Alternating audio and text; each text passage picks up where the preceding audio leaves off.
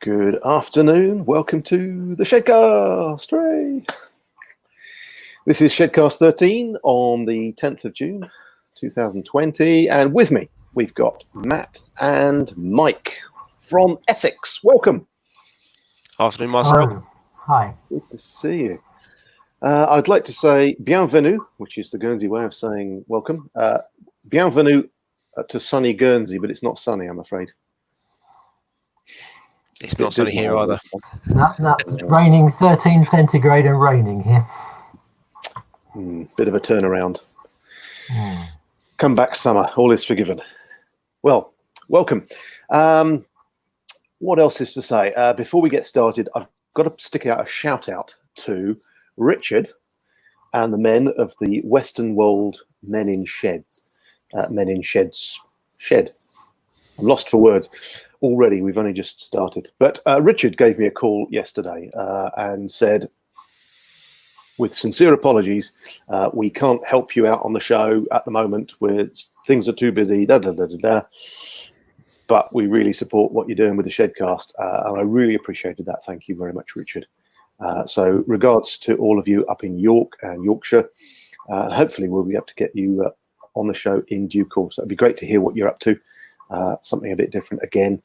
And I love hearing what is going on with sheds up and down the UK.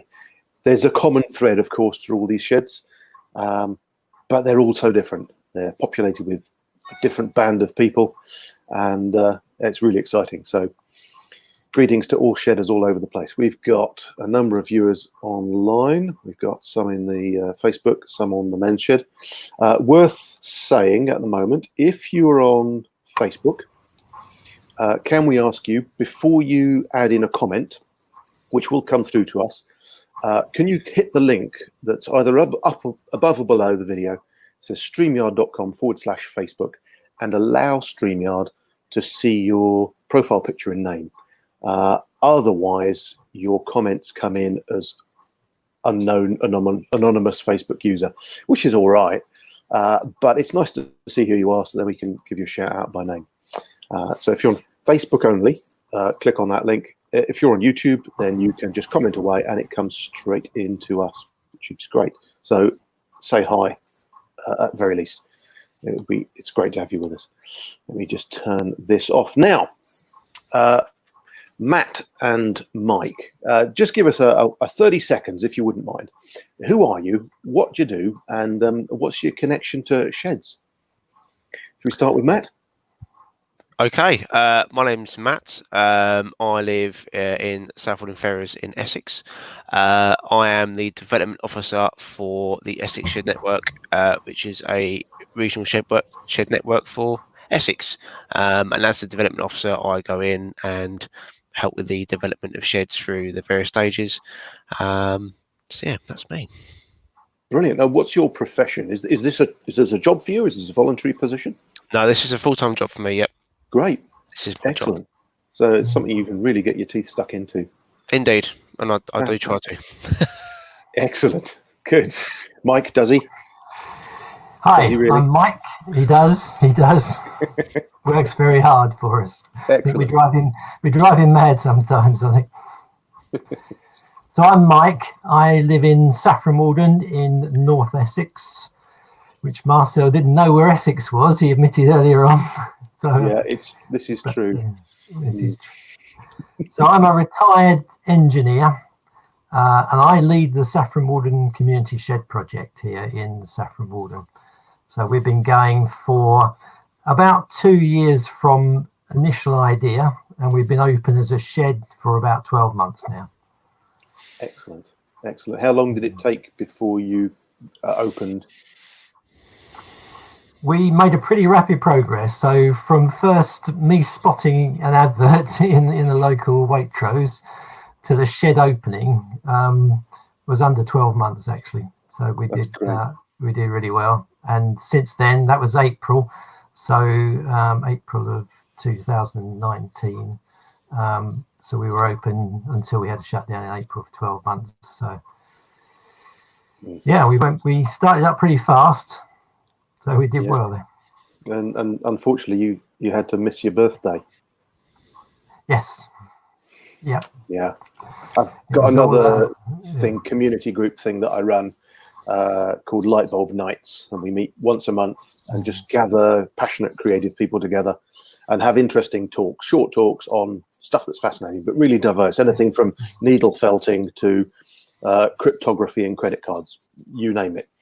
And it would have been our 8th birthday in April. And I always bake a cake for our birthday parties, and I suppose thankfully everybody missed out on my birthday cake this year. We managed to just slip in our first annual general meeting. We got that in March, just Sneaky. before everything came along. So that was great. Yeah. So we had everybody together for a big get together. Yeah. Good stuff. Well, thanks, gents. What I didn't flash up before was our SHEDcast running order for today. So running order for today is Matt will talk about Essex Shed Network. And then she'll PKO. If you don't know it, it's put kettle on. Because, of course, after a while, blokes sat around jibber-jabbering. Somebody soon enough is going to say, I need a wee, put the kettle on. So we'll do that. And we'll have a cup of tea and a wee. And then we'll talk to Mike about the Saffron Walden community shed. So, Mike, for the time being, can I bump you off the screen? No problem. No offence. And we'll come to you a bit later, but do stick around. And let's have a chat with Matt. There goes Mike. Let's have a chat with Matt. Now, I've got a couple of graphics here. Just peeking above. There we go. Essex Shed Network. Now, I understand these shed networks. It's not the first time that the SHEDcast has come across this shed network thing. Mm-hmm. But can you explain what it is and how long that's been around? Yeah, so the Shed Network is essentially it's a regional. Oops, there goes my webcam. It's a regional support network for sheds within the county of Essex, and that's essentially it. It was set up in, I believe, I've got the dates down here. 2014 is when the idea first cropped up. There were no sheds in Essex, and Essex being a very diverse county with a lot of rural, isolated sort of farming communities and very small villages, and also some pretty big cities and towns, which unfortunately aren't particularly great. With some sort of crime and stuff like that, a lot of unemployment. So we've got quite a diversity, and there's a real need for sheds, which wasn't being met. At this time, the UKMSA was still quite new, and it was rapidly growing. But there was a need, and there's a group of men who had already assembled in a place called Walden, which is right on the east coast of Essex. Okay. And they approached the local CVS, the Community Voluntary Service in Walden, about help setting up the shed. So 2014, the Walden Shed project started. And they worked together, sort of finding a venue, working with the local authorities in terms of sort of finding a venue, getting all the planning and that sort of stuff. In the end, the venue of choice is actually in Walden Cemetery. It's the old, it was actually the old mortuary building, which was a disused building at the time. So they refurbished that, recommissioned that, and it's absolutely brilliant. Cool. After that, the idea sort of grew from that. There's a couple of chaps that were involved in the Walden project that then took the ideas elsewhere throughout Essex. Walden CVS then applied for some funding, which was from Essex Community Foundation. That was the Community Resilience Fund. And they got 3 years funding to keep that project going, and that sort of where it really took off from. At the same time, so around about 2015, CVS Uttlesford, which is in West Essex, heard about the idea of sheds, wanted to do something similar. So they set up West Essex Sheds, and they also got funding through the NHS and through the clinical commissioning grant to set up a further 3 sheds over 3 years. And both shed projects kind of ran side by side, helping each other out. And then in 2018, both of their funding ended. And at that point, I'm not sure exactly how many sheds they had set up, but they only had one member of staff each. So you've effectively got one for the east and one for the west. And they really thought, this is going to keep growing. We need to think bigger. So the two CVSs partnershiped to deliver the Essex Shed Network to the whole county, and we are now 3 staff members strong. Great. So that was as of 2019. We got Big Lottery Community Fund for a further 3 years. That managed, and that most of that employment goes towards staffing for the sort of on the ground support, and it's a full-time job. So my role is full-time as development officer. My counterpart Tracy, she's also full-time, and she is the outreach officer. So she does more sort of outreach work, sort of the sort of light touch, sort of health awareness, sort of more sort of after the sheds are developed and they're set up and they're going. And she also runs a project called Shed Inside, which we'll touch on a bit later. And then we've also got a part-time communications officer called Gary, who does all our social media, newsletters, that sort of thing, website, all that. Right. And at the minute, as of sort of start of lockdown, we've currently got 12 sheds that are open. Now for us, an open shed is a shed that has everything in place, and they have opened and they have started running sessions. We've got 8 that are in development. So an in development shed is a shed that has something tangible, has a group of volunteers, has a venue, has funding, but we're just sort of putting various things in place, and they get into a stage where they can open and run sessions. And we've got about another 9 in the planning phase. Being that we've got an interest there, or we've got a building, but we're sort of trying to find and get a few more bits in place, but we can really call it in development. So as a county-wide project, it's very busy. It's a lot of travelling, although I'm sure Kate would disagree, having done the whole of the UK. And we are affiliate partners with the UKMSA. So we work with them quite a lot in terms of getting our sort of messaging clear, so it's transparent across sort of all networks and all platforms. So I'm just going to lower my chair a bit so I'm a bit more in frame. Ooh, there we go. And I think that the regional shed networks, obviously I've explained how we came about, because there was a need, not to say that the UKMSA couldn't meet, but it was a more sort of local need. And when Walden CVS first set up Walden Shed and obviously spawned the Essex Shed Network, the UKMSA did help with that. So they've been helping us all throughout. I think regional shed networks are great, because if you look, and last time I looked, I think it was 530 sheds across the UK. That's a lot for one organisation such as UKMSA to manage, and really, it's grown at such a rapid rate, and I know it's only going to get bigger and better. So I feel regional shed networks, it just condenses that down. It's almost, just like if you're running a business, a CEO can't control all of their stores throughout the UK. They've got 30 stores, they have store managers, and I think that's kind of what regional shed networks do. It just means that any information is a lot more interpersonal, boots on the ground, and actually having face-to-face meetings with sheds and getting that rapport going and getting that trust and relationship, and you can sort of know what shed specialise in what, get to know the members. It just makes the whole movement a lot more interpersonal. I certainly have, as a young 28-year-old male, have met some amazing gents from all ages. I'm sure being in a shed yourself. I think our youngest participant at the time was 19, and our oldest is 89. So you got all ages, and the stories they've got and the experiences they have are brilliant. And for me, that's what really what the bit that I like about sheds most, as much as helping them get from having an empty building to getting them a shed up and running, is getting to know those chaps and getting to know them, what they've done in their life, their experiences that they can share with me.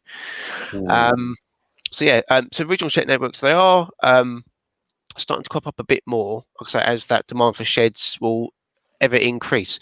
So as well as Essex, we also have a couple of others. I did have these written down somewhere. do bear with.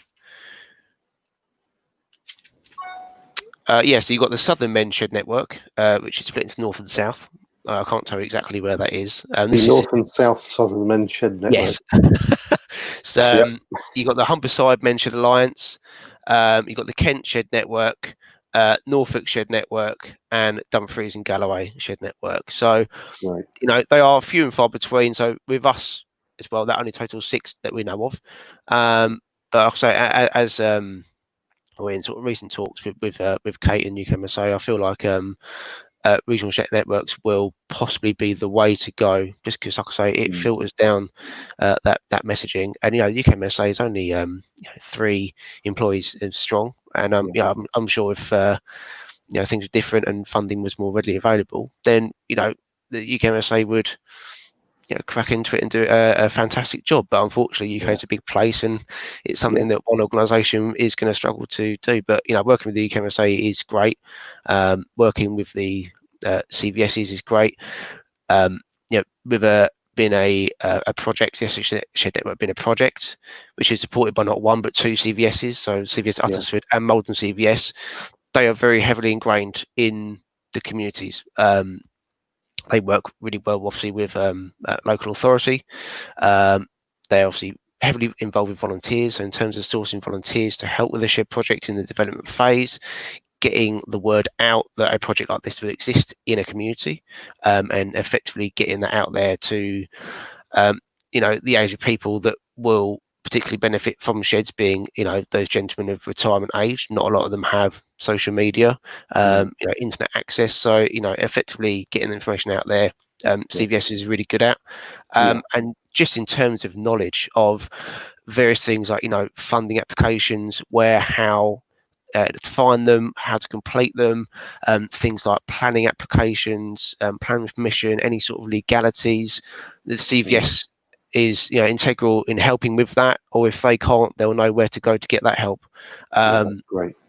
So I think this is probably a really good opportunity for me to say that for any sheds out there that are struggling with certain aspects, as well as UKMSA or other other organisations that are out there to help, I'd seriously consider going to your local CVS, because being a project that's it's a not-for-profit a project, a mention, it's a not-for-profit organisation. Be it whether they're just a registered group or whether they're a charity in their own right, the CVS should support that, and they will support that, because it's a project there for the community, which is run by the community, and that's exactly what the CVS is there to support. So I'd definitely recommend giving them a shout out if you're struggling with certain aspects. Absolutely, yeah, brilliant, yeah, good recommendation. Now, Matt, you showed me a couple of video links. We've got 2 videos. Should we play one in now? Yeah, please do. Now, there's a slightly different emphasis on each of them. One slightly longer, one slightly shorter. Which one would you like to play? It's completely up to you. I mean, the shorter one kind of explains what sheds are, which I'm sure a lot of people watching will already know that. The longer video is just a couple of interviews with shedders throughout Essex, their experiences and what they get out of the shed. Gotcha. So although a bit longer, I feel that one would be a bit more relatable. Well, should we hit the Chelmsford one, because you've been talking about the CVSs? Yep. And this is, I think, one of your colleagues. Is it Tracy? Yes. Is featured in this. So let's hit that one up first, perhaps. Yeah, so not Tracy, Sarah. Sarah's the chief officer for Walden CVS, and with the Chelmsford shed, that's another example where a local CVS got involved. So we worked with Chelmsford CVS to get that shed developed, and now Chelmsford CVS run that as sort of like a little independent project of their own. Excellent. Okay, let's run this in, and I'll just take that graphic off the bottom and make it full screen. All my own button presses. I do my own stunts too. Right, I'll see you back here in a minute. Sure. So the Essex Shed Network is a partnership between Walden District Community Voluntary Services and CVS Uttersford. Men in Shed projects are community spaces where men can get together and undertake woodworking activities. They get involved in community initiatives, so they've, for For example, in Walden, they've worked with Walden in Bloom to do planters and hedgehog boxes, bird boxes, bat boxes, you name it. A lot of our shedders are isolated, retired men who have lost their social support network because they're no longer in the workplace, and they're looking for ways that they can get involved in community activities and just have a reason and a sense of purpose to get out of the house and do things. But also, most key thing is ways that they can find friendships and stay involved with people and talk to people. The friendships keep people going back to the sheds. Do you know what? It is fantastic when you go down to sheds because you see it. You don't necessarily get the feedback, but you see it. You see the difference in people, because fundamentally what we want to do is make a difference to the lives of men in Essex. So that's sort of our driving force, and the way that we do it is through the medium of practical skills. So at the moment we've got 10 open sheds across the county, but at least that in development as well. But we're looking at ways that we can reach more people. Not everybody can be safe in a shed environment, but they still would benefit from the camaraderie and friendship and peer support of a shed. So we're looking at ways that we can develop the reach of the sheds through Shed Inside, health projects and things like that. So the easiest way to contact us or to find your local shed is to go on the website. On there, you'll find your local shed and the contact details for the local person. If you're working in a community or you live in a community in Essex and you don't have a shed and you think there's a resource or an interest in your locality, then contact us. We have a set of skills and a development worker who can work with you to put something in place.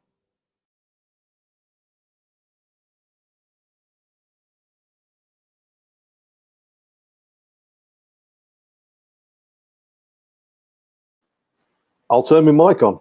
That would help. And I'll turn yours on as well. That is a cracking video. And she just nails the effect it has on guys. I like the way she says, you don't often hear what, people don't often tell you what the difference is, but you see it. Yeah. So if there's a lady who's got a way with words, it's Sarah. Sarah's absolutely brilliant, and she really is the font of all knowledge. And she was the individual who took on the Walden Shed project initially, being the chief officer of Walden CVS, and ran with the Walden Shed project, and then ultimately got the funding for the Essex Shed network in the first instance. So yeah, we've got a lot to owe to Sarah. Thank you, Sarah. I hope she's watching. Me too. Cool. I saw on Facebook that some of the, I think it was, I don't know which VS it was, that they shared it through their Facebook network. So somebody from there might be watching. So pass on our thanks to Sarah for all you're doing. Much appreciated. It's good. So I think it's sorry, after you. No, please. No, really. I was just going to say, what's the biggest challenge in getting a shed off the ground? Because I imagine most of your work is that consultation, planning, getting the property, getting the group, and then shoving them off. And yeah, you'll probably still be hearing from them, but actually they've got it. Mm-hmm. What's the biggest stumbling block for you and other sheds that you're working with? I'd say the biggest challenge for almost every shed that I've worked with thus far, being development officer and in that development stage, is venue. And venue is always and I'm sure this is echoed probably across the UK. There are quite a few instances where we've got a group of chaps and we've got funding sitting there waiting, but we're just waiting for the right venue to come along, suitable venue. And I think that is always the biggest sticking block, and often the most time consuming part of setting up a shed. We do have a shed in Southminster, which is in the Walden Dengie, right out in the sticks. And that has been since 2017. They've had funding. They've got awarded £10,000 from Essex Community Foundation again. And for 3 years, well, this is like the 4th year, they've had 3 separate venues that have fallen through. So we're now, the last venue took about a year to sort legalities with the landlord. I won't say who the landlord is, but just red tape and, going through their solicitors and us just trying to get the simplest things like, a number in a box or a name on a bit of paper. But, we've persevered, and we got the lease finalised just as lockdown came into effect, of course. So, but yeah, it's like I said, it was a good sort of 3.5 years, I think that was, to get that shed up and running. Obviously, in that instance, the only thing we then had was keeping interest trying to let the community know we're still working with this, but if they don't see anything tangible, it's hard to convey the work that we're doing in respect to that. Yeah. So it's interesting hearing you say that, because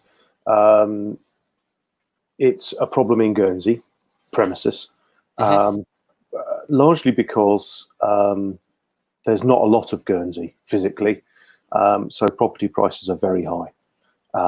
It's all in demand, and I'll be honest, my perception would have been that in the UK there's a lot more space, there's a lot more sort of derelict buildings and barns kicking about, unused, that it would have been a lot easier in the UK, but clearly that's a misplaced it just depends on the demographic where you're looking to set this shit up, what the attitude of the local authorities like, from one district council to another, the attitudes vastly differ. Some we sort of approach them and they are really on board with the shed idea, and they then say, what about this and that? And there's one instance where we sort of went to a district council and they almost handed us a venue on a plate and they said, this is this, there's this funding stream which will give you a discounted rate on rent and utilities and all that. And yet others, we work with other local authorities, and there's been a lot of resistance, and any sort of options that we've proposed have just been poo-pooed, and it is frustrating at times, but that's what that is then my job. It's my job to be persistent and think, okay, this hasn't worked, what alternatives have we got?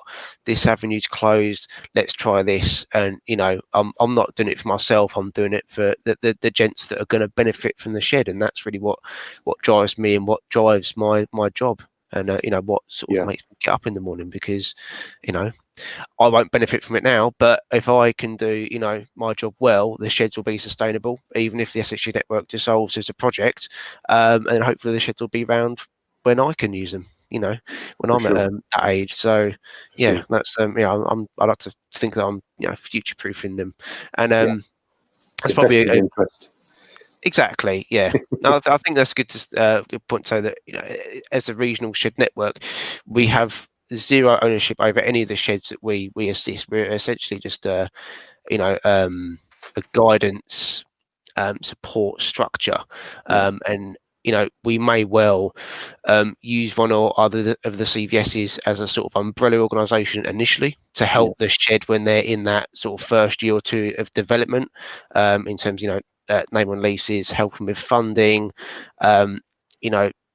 leases on sort of buildings, any sort of legalities, that sort of thing. But we very quickly like to give as much or all control of that shed over or surrounding that shed in particular to the shed, so that way the shed we want to set up every shed in a way, whereas if the Essex Shed Network as a funded project, God forbid, wasn't to be refunded, the sheds would be able to sustain.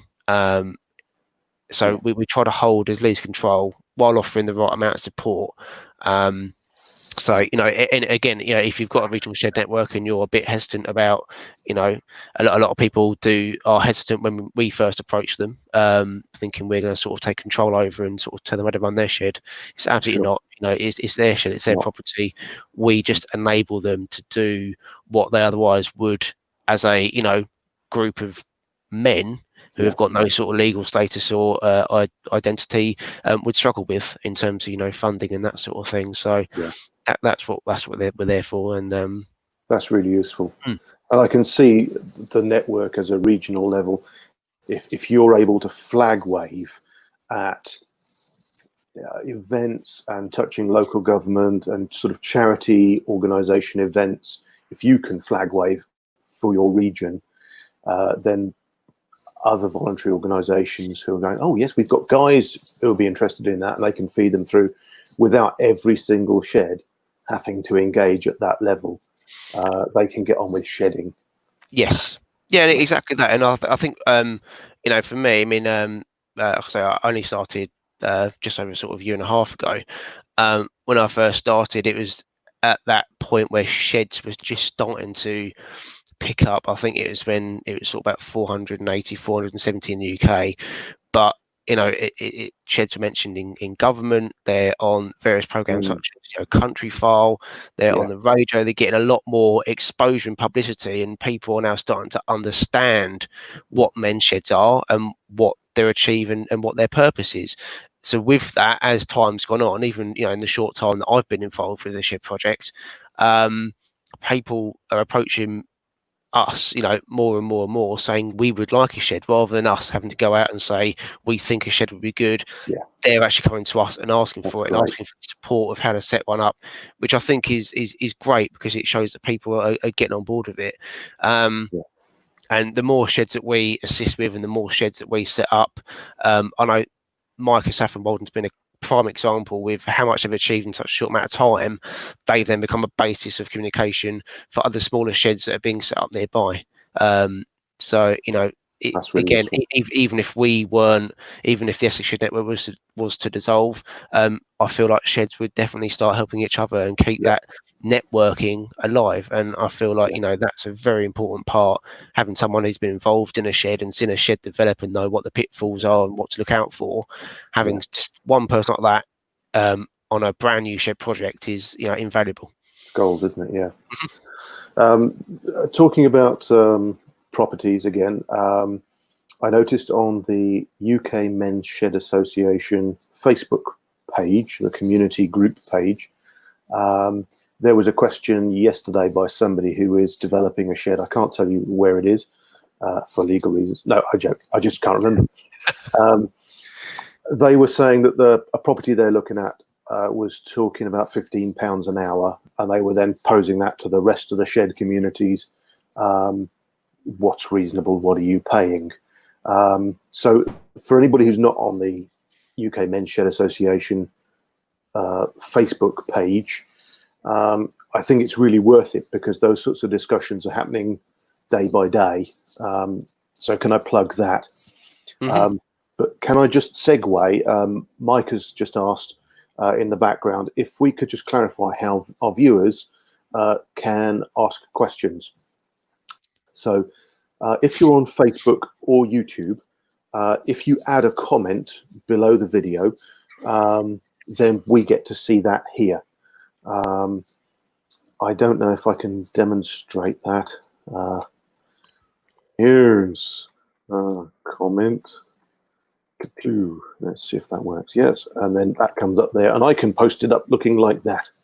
So if there's anybody out there in YouTube, and I know there's over a dozen of you at the moment watching, 9, 10 on Facebook, and 6 on YouTube. Ping us a message if you've got any questions, particularly. Do ping us a message, and then hopefully Matt, certainly, because I'm an idiot, Matt could certainly answer. I can see Mike is chuckling in the background there. Let's bring Mike back in.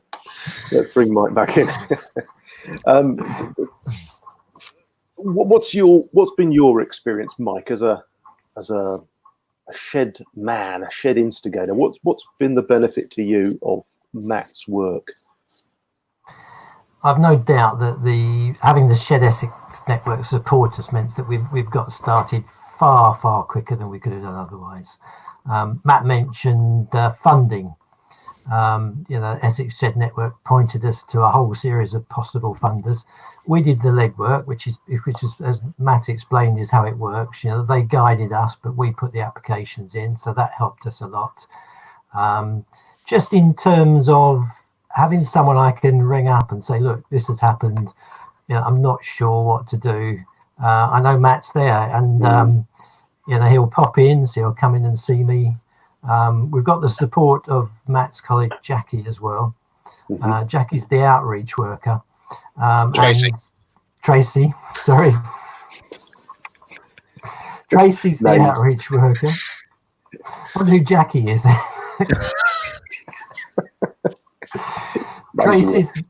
Tracy's the outreach worker. And as we've got more developed as a shed, and we've been looking at different people to join us and so forth, it's great that we can talk to Tracy. We in particular have been working with the NHS looking at getting people referred to us who perhaps need that little bit of extra support. Yeah. And again, Tracy's been helping us and giving us advice on that. That's something we very much hope to expand in the future for our particular shed, actually. That is something that I'd like to pick up on the SHEDcast in a future episode. I know that there are a number of places in the UK that are experimenting with it. It's been talked about in Guernsey as well, this social prescribing model, where instead of giving you tablets when you go to the doctor, they're saying, actually, go and get involved in something that will engage you with people and improve your mood, particularly for things like depression, but for other reasons as well. We're very fortunate that on our team that sort of supports us here, we've got a local GP. Great. And the GPs are certainly looking at social prescribing. Yeah, great.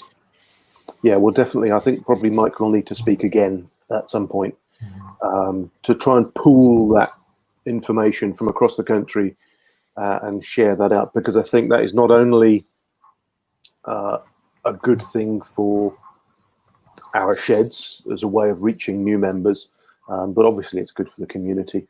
All round. So we'll keep talking about that, I'm sure. Could we possibly come to the second video that we've got lined up, the Shedders of Essex Sheds? Is that a good time? Absolutely, definitely. Right, let me get that wound up. Got five clicks to get there. The Shedders of the Essex Shed Network. Okay, this runs for a good few minutes, so we'll see you back here in a few minutes. I hope you enjoy this. Let's make it full screen and play. My earliest thoughts of visiting my grandfather were going out to his shed in the garden and doing stuff. My dad had a shed when I was growing up. I've always had a shed. So, yeah, I really enjoy working in sheds.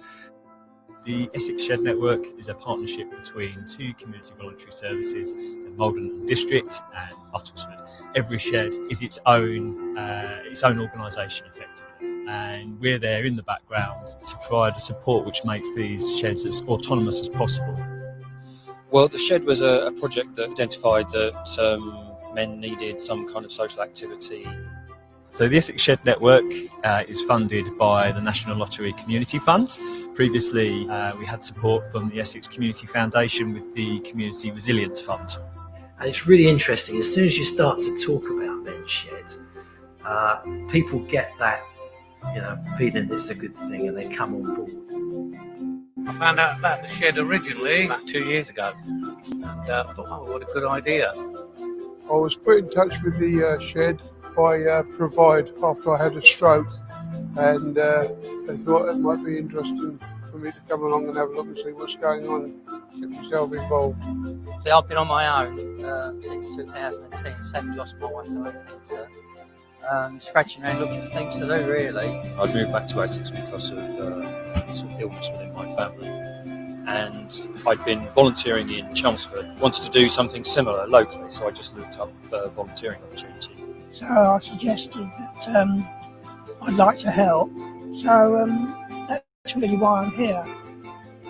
Well, at the time, I tried to take my life to place, so I had a lady come round to my house who was a support worker, and she found it on the internet and asked me if I'd be interested in going. I said yes. Now I've been coming here for 3 years, thoroughly enjoy it. It was my wife really that pushed me into it and signed up and haven't looked back since. Well, sheds are important for guys of my age. I can remember when I first retired, I thought to myself, great, there's going to be time I'll be out in my workshop. But actually I retired in the winter, and after a couple of months out in a cold workshop on my own, you really do begin to feel lonely. All through my life I've been in the building industry, and then when you come upon retirement, you're suddenly looking around, and of course, it almost all finishes. You don't go out anywhere, etc. to do things. When I first came, I'm a toolmaker by trade, and I used to do metal turning. but I'd never used a wood lathe, and it's always been a passion of mine to use a wood lathe. And one of the shedders that had recently joined, he's 88, and he passed on some of his skills to me of how to use the wood lathe, and I've never looked back since then. As I say, I'm a widower, and it gives me a purpose. Member of the shed is the community, the meeting lots of people, introducing them to aspects of woodwork and health and safety within using machines. And I just feel that I want to pass that information on to other people. Well, initially I came along just as a member, and it was really good fun. I learned lots of new skills, and it was met a whole bunch of people as well. And of course, we've got some really good volunteers here, people whose background is in construction and kitchen fitting and building in general, you know. A lot of guys at my age would have worked in industry, the camaraderie of other blokes, and you retire and you lose all that. The main ethos of Sheds is actually the company. It's getting guys to come together, you know, and bring them out of situations where they might otherwise be quite lonely or isolated, so they can come together, carry out these projects, really just socialise with each other. The people here are really good. They're a great fun group, and if anybody's feeling a bit down, we can help them through that, chat with them. There's always somebody who can help them out. And the great thing about sheds is it's that camaraderie. You come together, you've got jobs to do, but also you're chatting all the time. You know, we spend time up here having coffee. We're providing teas and coffees and an area where people can just sit and chat if that's all they want to do. So we're really looking to grow the number of sheds across the county so that more people, more men can benefit from what Sheds brings. This gives me the opportunity to get out on my own. Gives the wife a break from me being in the way most of the time, and I can do the job here that I used to do. I made a lot of new friends, learnt a lot of new skills, and filled my time up. Thoroughly enjoyed myself. In the last 6 months, I've made more new friends than probably in the last 10 years. If you've had a nice day, then you go home and you're in a better frame of mind, and it helps you to get through the evening. But coming here was, it's just changed my life.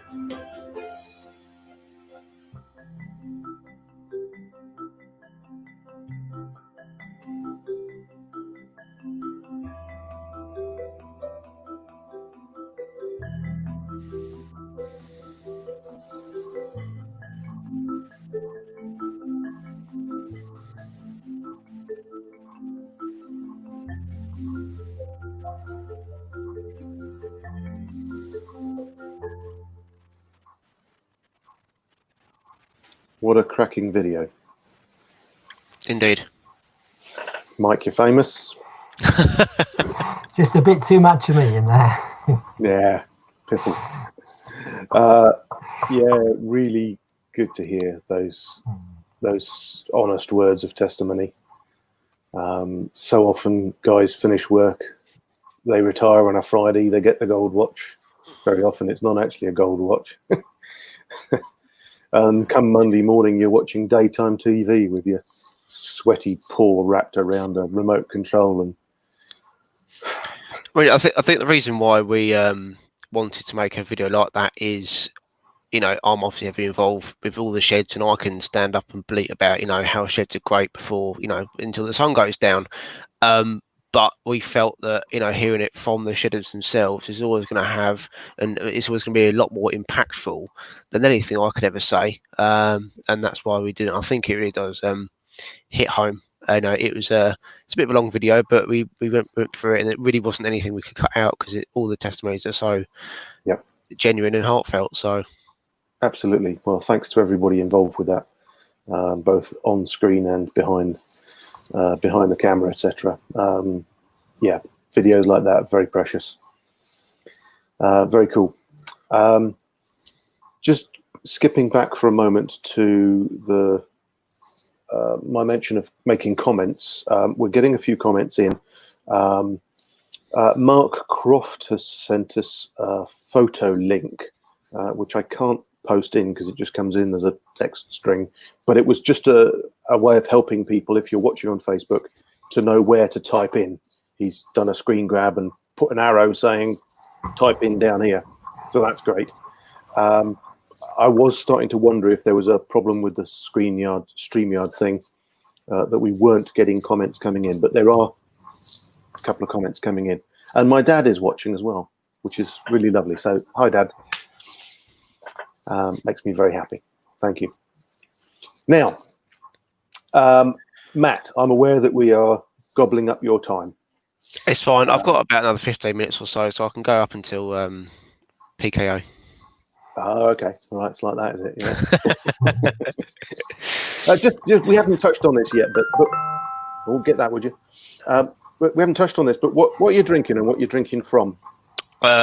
Tea, of course, drink of the gods, and a mug from the best band ever. There's just no disputing it. Queen. Okay. What's the strap line underneath that? I've actually got a water today. It's a bit sad.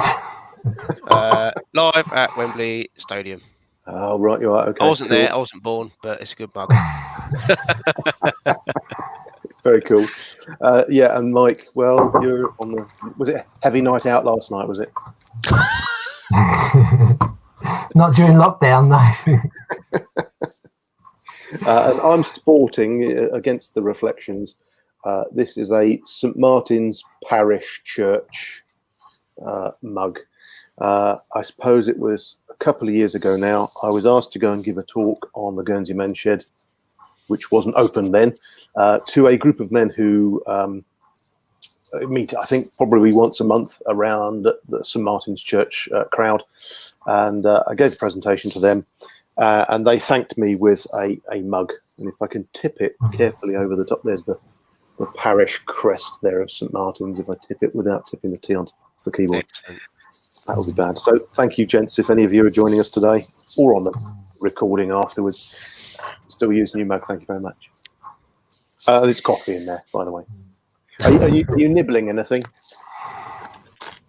No. I'm on Oaty biscuits. Yeah. I tend not to nibble. Lockdown's not been kind. So I'm trying to get off the snacks as best I can.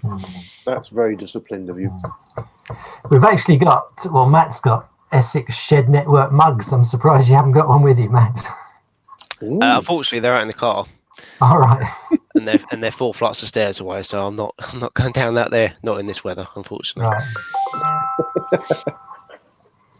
But yes, I have a distinct lack of space, especially in the kitchen. Living in it's a 1-bedroom flat, so lockdown has not been particularly fun. With no garden, so it has been a struggle for anyone else out there that is in small accommodation. I feel you, but yeah, no, we haven't got the couple of space for any more mugs. In fact, we had to have a bit of a clear out, so lots of my mugs went, but the Queen mug stayed. Fair enough. Yeah. I'm enjoying going through our mugs in the cupboard and fishing out interesting ones each week. But I'm sort of running out. There's some plain white ones which are a bit. Why would we have plain white mugs? I mean, for goodness sake. Pure nonsense. I mean, Marcel, I'll if I can, I'll get your contact details or your address afterwards, and I'll get you a Essex Shed Network mug shipped out for any future Shedcasts, depending on how long this goes on for. You old sweet talker, thank you very much. And we've just had another message live coming in on Facebook. Mark Croft says, "Can I have an Essex Men in Sheds cup, please?" I'm sure you can, Mark. Awesome sauce. It pays to ask. Yes, if you just give us a message on, if you're on the Essex Network Facebook page, and just give us a private message with your contact details and your address, we'll get one shipped out to you. There you go, absolutely genius. Now, in terms of contact, what have we got? We've got your Essex Shed Network website that people might be interested in. That's where I stole the banner that I stuck up on screen earlier. That looks a mess, doesn't it? Dog's dinner. And that's good. And then another way that people can get in touch with you is your email address, info@essexshednetwork.co.uk. I'll leave that on screen for a couple of minutes so people can grab small child to write it down for them. What's on offer, Matt? What would you like to hear from people? Define on offer. Sorry, I don't understand the question, Marcel. That's all right. I'll rephrase it in another cryptic way. You were saying let's stick your email address up. What was the offer from you to say, get in touch with me and we'll see what we can do to help you as an Essex? Oh, of course. Network. Yes, I do apologise. So we have actually been contacted by a number of other, as the Essex Shed Network, we've been contacted by other regional shed networks, other local authorities from outside of Essex who have seen the work that we're doing, and they've approached us to, give them some help and advice. Of course, there's a lot of stuff that UK MSA can also give, but I'm just saying we are a resource that's there. Obviously, we've had great success just in the county of Essex, but if anyone is looking to set up a shed, even if it's just outside the Essex border, or you just want some help and advice, we are always there to help. So ping us an email at the info at Essex Shed Network email address, and we'll happily share. Because we're not precious about what we've done. We're definitely proud, but we're not precious. And what we've learned is definitely to be shared to get as many sheds out across the UK as possible. That's brilliant. Yeah, thank you very much. I think it's really valuable what you're doing. I love the idea of the local regional shed networks, because obviously someone like Kate Gordon, who was the shed development manager for UK Men's Shed Association, there's only so much reach that she can have.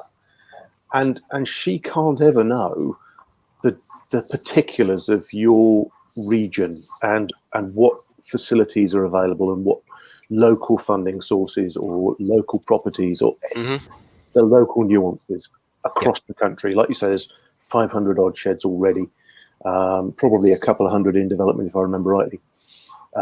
There's only so much that she can do, and that's the real value there of what you can do. And as more sheds pop up, that problem for Kate is only going to get larger and larger and larger. But of the regional shed networks that I mentioned earlier, I think all of them, of the 6, 4 of them are organisations such as ourselves that govern sort of an area or sort of assist an area. The other 2 it's a network made up of the sheds within that area. So a regional shed network can be just any sort of support network. Doesn't necessarily have to be an umbrella organisation. It can just be set up by the sheds in that county or area that you're looking at. I'm sure as with every shed regional shed network comes in all shapes and sizes. So yeah, that's good. Well, one thing I do also want to touch on, which we have glossed over, I did mention at the start, and was also mentioned in the first video by Sarah, is Shed Inside. And if you want to put up our logo strip at the bottom, Marcel, we've got a logo for Shed Inside. And I'll get rid of that. So Shed Inside was a project. It's fronted by Tracy, being the outreach officer. This is Tracy's remit. Once Shed started getting a lot of traction within Essex, we had quite a lot of situations where we had gentlemen that simply for health and safety reasons weren't suitable for a shed environment, be that due to a mental disability, a physical disability, simply old age, coordination issues. We tried to be as inclusive as possible, but as we got more and more interest, we found it more and more challenging to accommodate those individuals safely, for their safety and for everyone else within the shed. And as I'm sure a lot of sheds would agree, health and safety is everyone's remit. And we unfortunately, in 1 or 2 occasions had to turn chaps away and suggest other clubs that may be suitable for them, which I think the biggest appeal for men's sheds is the appeal of doing something practical, something physical with other like-minded chaps. I think that is the main appeal of it. And for a lot of gentlemen to go and approach a shed and say, this is something I'd be interested in, and then to be turned away would be a massive knock for their confidence. So we wanted to find an alternative, and Shed Inside is what we came up with. And the premise is it's a shed inside a sort of a building essentially. So it's a scaled down shed, which is usually in a venue such as a library, in a community centre, some sort of village hall. It can be in a shed space, because it's a very sort of small session, normally sort of 6 or 7 chaps is sort of what we recommend, but it's very unmessy. I'm sure a shed really has got to be a sole use venue, due to the type of tools, the value, the sawdust, the mess, all that sort of stuff. Shed inside, we're keeping that aspect of keeping it woodworking, keeping it practical, keeping it working with your hands, but on a much lower scale. And that can appeal to a number of people. We've reached out to a lot of local dementia charities who have sort of dementia patients, who can come along with a carer. We've got wheelchair users. We've got a couple of chaps who are in their 90s. I think 90. Tracy will hate me if I think 95 is our oldest chap, but in the early 90s, where really they might have been woodworking all their life, but they simply aren't, maybe due to sort of partial blindness, physical disability, they're not suitable for a shed environment. And it's just, again, it's an alternative, and it's just a place for them to come together, have a cup of tea, have a laugh. We'll do things like we'll have the local men's shed make up a flat pack bird box, or a number of flat pack bird boxes, for the shed inside session to then assemble. With all the fittings there, all the stuff is pre-drilled. It will then take the shed inside session, it might take them 2 weeks to assemble. We'll have things like electric screwdrivers to help them with that. And then, they might do some wood burning, some pyrography. That's something they absolutely love. They'll, sort of decorate it, varnish it, and that small project might take them 4 or 5 weeks, but it's something they then take home, show the grandkids, and they absolutely love it, because it's something that that they've achieved. I say, obviously the coffee, teas, biscuits is always a favourite. We've got one in particular, our Dunmo shed inside. We've got a couple of chaps who like to play the harmonica and spoons, and we have a bit of a sing along. It's a completely different environment, but the fundamentals are exactly the same. It's just men just enjoying the company of other men and sharing stories, and it's just especially at that age, get them out of the house, keeping their coordination and their cognitive abilities going. So currently we have, in terms of shed inside, we've got 4 that are open. We've got another 3 that are in development. And shed Is there inside, a website for this? How can people find out? just through the Essex Shed Network website, and on there is Tracy's contact details. If you want it, it's just Tracy at essexshednetwork.co.uk. It's the same as the email address, but just replace info of Tracy. But to set up a shed inside, because it's in a shared space, you're talking sort of minimal cost. It's normally sort of the room rent fee, and there's only one so far that we actually do pay a charge for. All the others, we get the venue for free, which is very kind. And in terms of funding, you're talking very basic tools, a couple of electric screwdrivers, maybe a wood burning kit. £200 maximum in terms of a setup cost. If it's in another venue, normally the insurance for that venue will cover any activities that will take place. I'd say that the wood burning solder 9 is probably the most dangerous thing that they use, because there's a risk of burning themselves. There's no, tools. There's no power tools involved. So that's something that we've taken to Kate and Newcombe and saying that absolutely love the idea, and they're going to ask us. They were sort of looking at rolling that idea out as a sort of nationwide alternative to sheds. Great. But that was before lockdown came into place and everything sort of ground to a halt. But when I say alternative, we really like to pair shed inside sessions up with local men's sheds for a number of reasons. One, with the sort of limited amount of things that shed inside session can do, they really need the support of their local men's shed, because there's no revenue, there's no turnover, and the funding needed is very small. Having the men's shed on the side, make various sort of flat pack things or things for the shed inside session to do, does really help in keeping it fresh and keeping the sustainability going. And also it's a really good to get them working together, so that there was one example in Walden where we had a chap who was at Walden Shed. He had multiple strokes, and then unfortunately, we really sort of struggled to keep him there because it really wasn't the right environment for him. But with the shed inside there, it was a natural transition, and we like it. The shed inside and shed to work. We often have a number of shedders come down and sort of do sessions for the shed inside sessions to sort of show them various skills, even just sort of doing a demonstration, and the shed inside guys not actually doing it themselves, just them watching it and watching someone turn a piece of wood is brilliant. And so it's a really good thing. It's something that an idea that we've shown to work. It's a relatively new idea. It's only been going for about a year, hence the low numbers. But everywhere where we've got a shed in Essex, we would like to get a shed inside session because great idea. We think it's absolutely invaluable, and it's a great stepping stone going from. It's almost like the men's shed retirement shed, if you think of it that way. Shed light.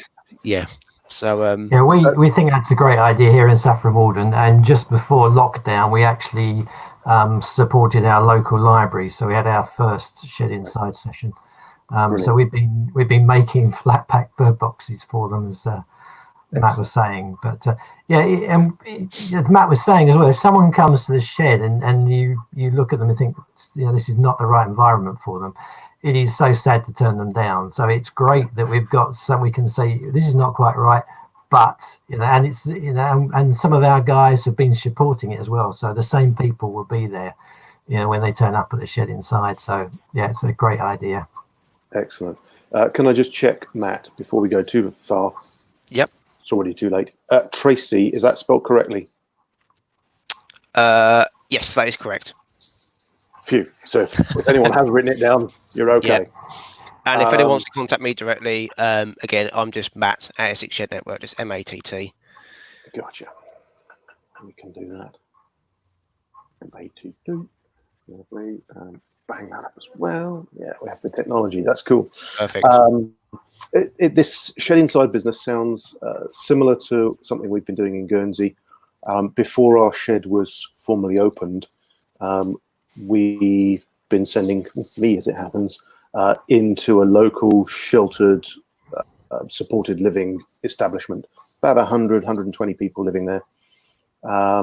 And taking the shed to guys who couldn't necessarily make it to our shed quarters, and doing all sorts of projects, anything from tea trays right through to building a big traditional wheelbarrow, market barrow, which we finished end of last year. We commissioned that in early December. It's something I want to do a whole show on, but of course, because of lockdown, I can't get in there very easily and hook up the guys and do a show related to that. But that's very similar. It's about taking the shed to people who can't make it to the shed. Really like that idea. Yeah, well, as Mike was saying before they had the shed inside set up at the library, we did trial a shed inside at a local care home, and we still are working to get that in place. There are a few complications we ran into regarding the building and the space for the building on site, but that was a care home with a sheltered accommodation sort of cul-de-sac nearby, so they wanted it to be a sort of very small sort of low-key shed, mainly for the gents, because the lady that was there saying the ladies like to get involved in a lot of activities that are there, but the gents not so much. So it was just somewhere they could go in and just do something very basic with their hands. It sounds very similar to what you've proposed. So it's definitely something to think about, provoke thought out there for a lot of people. Maybe you've been looking to set up a shed for a while, and as I said, the venue has been a sticking point. The shed inside might be an alternative to think about in the interim, to sort of gain the traction and the interest, to then maybe take that forward and then set up a fully fledged men's shed on top of that. Yeah, brilliant. Mike, were you going to chip in there? I was going to say Matt's point there. We have been working with the Essex Shed Network and local care home. Saffron Walden's got a large retirement population, lots of care homes, and I'm sure there's an opportunity to have like a specialised shed inside. It's all on hold at the moment, unfortunately, because of the current issues. But absolutely, I'm sure that's a good way forward. And a thought that comes to mind, I did a few projects a few years back now on dementia, and for some people, just using that muscle memory of doing something. Examples that were given: a woman who was sort of wringing her hands all the time compulsively, and when eventually somebody took the time to find out what her story was, forgive me, I can't remember what the details were, but she used to work with fabric, and she used to do this with the fabric all the time. And that's what muscle memory was, just kicking in and doing this all the time. And they were trying to stop her from doing it. You're wrangling your knuckles and all this. Oh, stop that, whatever your name is. But actually, that was her thing. Yeah. And when they gave her a piece of fabric, it all made sense to her, where she was able to finger and hold and feel this fabric. And there's something the same for men with dementia as well. Be it sanding a piece of wood. So there might be a case for a bit of sandpaper and a block of wood, and a guy will sit there making a mess on his lap, no doubt. Just that feel, the texture and the action is reminiscent of times past. Yep. You're a very popular man, Mike. I'll switch it off. Thanks.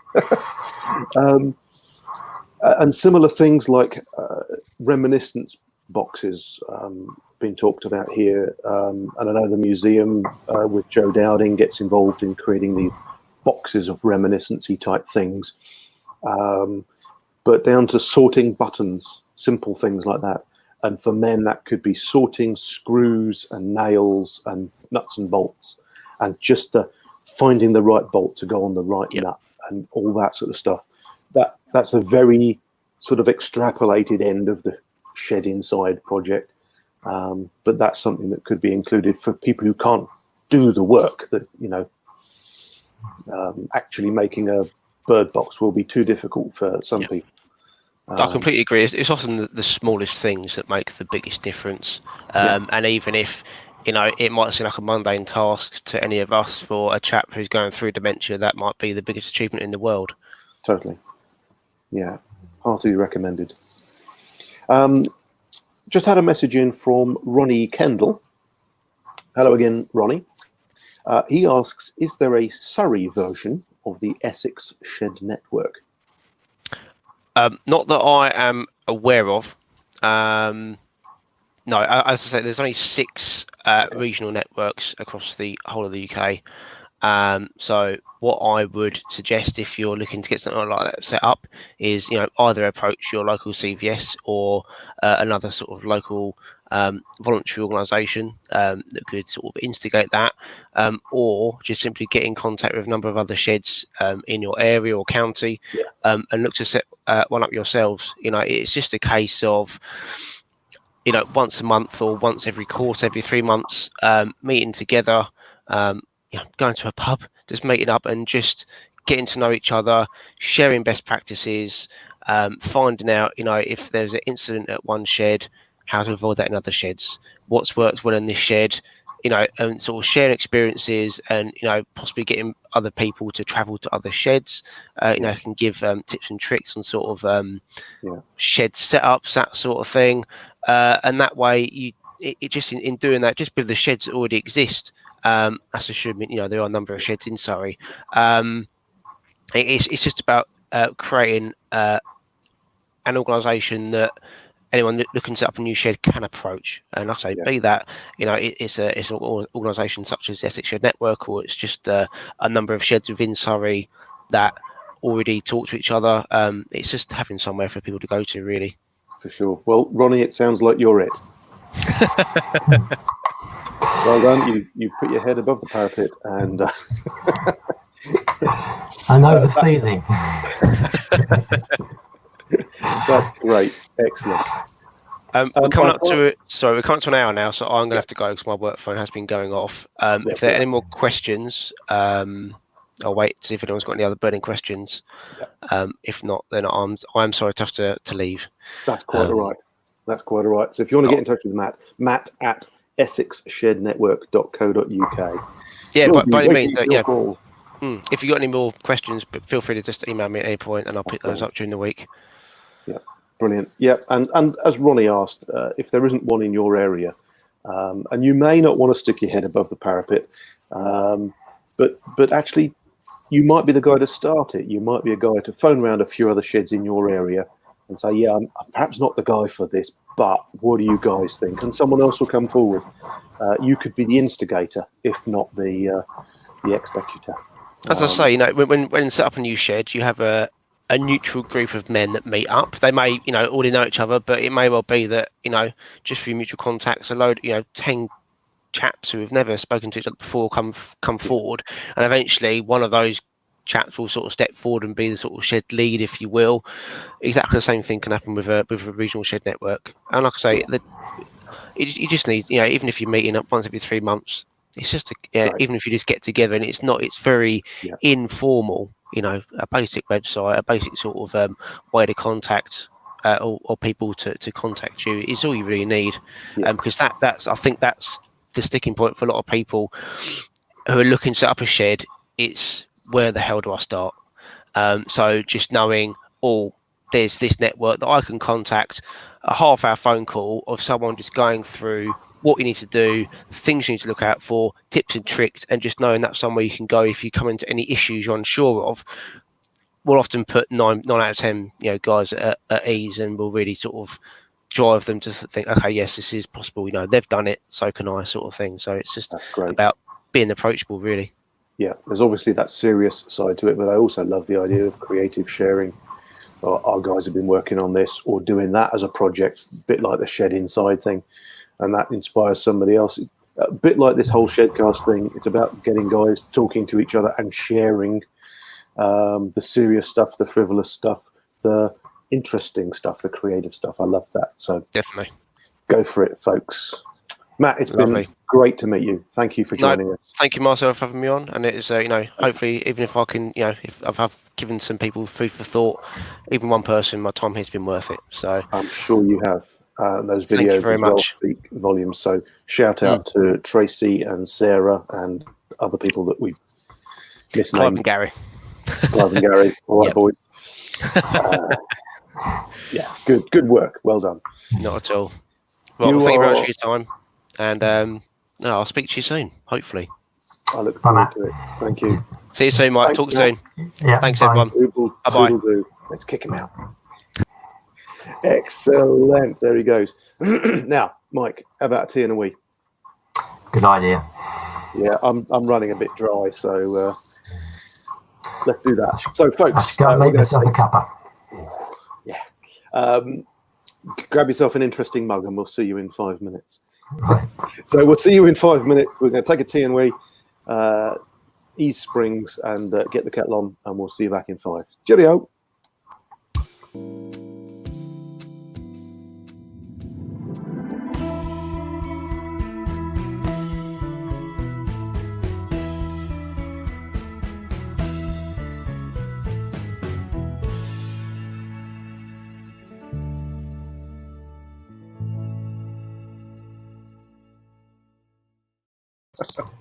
I lost my earbud. I've said it 1,000 times. Never let this be described as a professional outfit.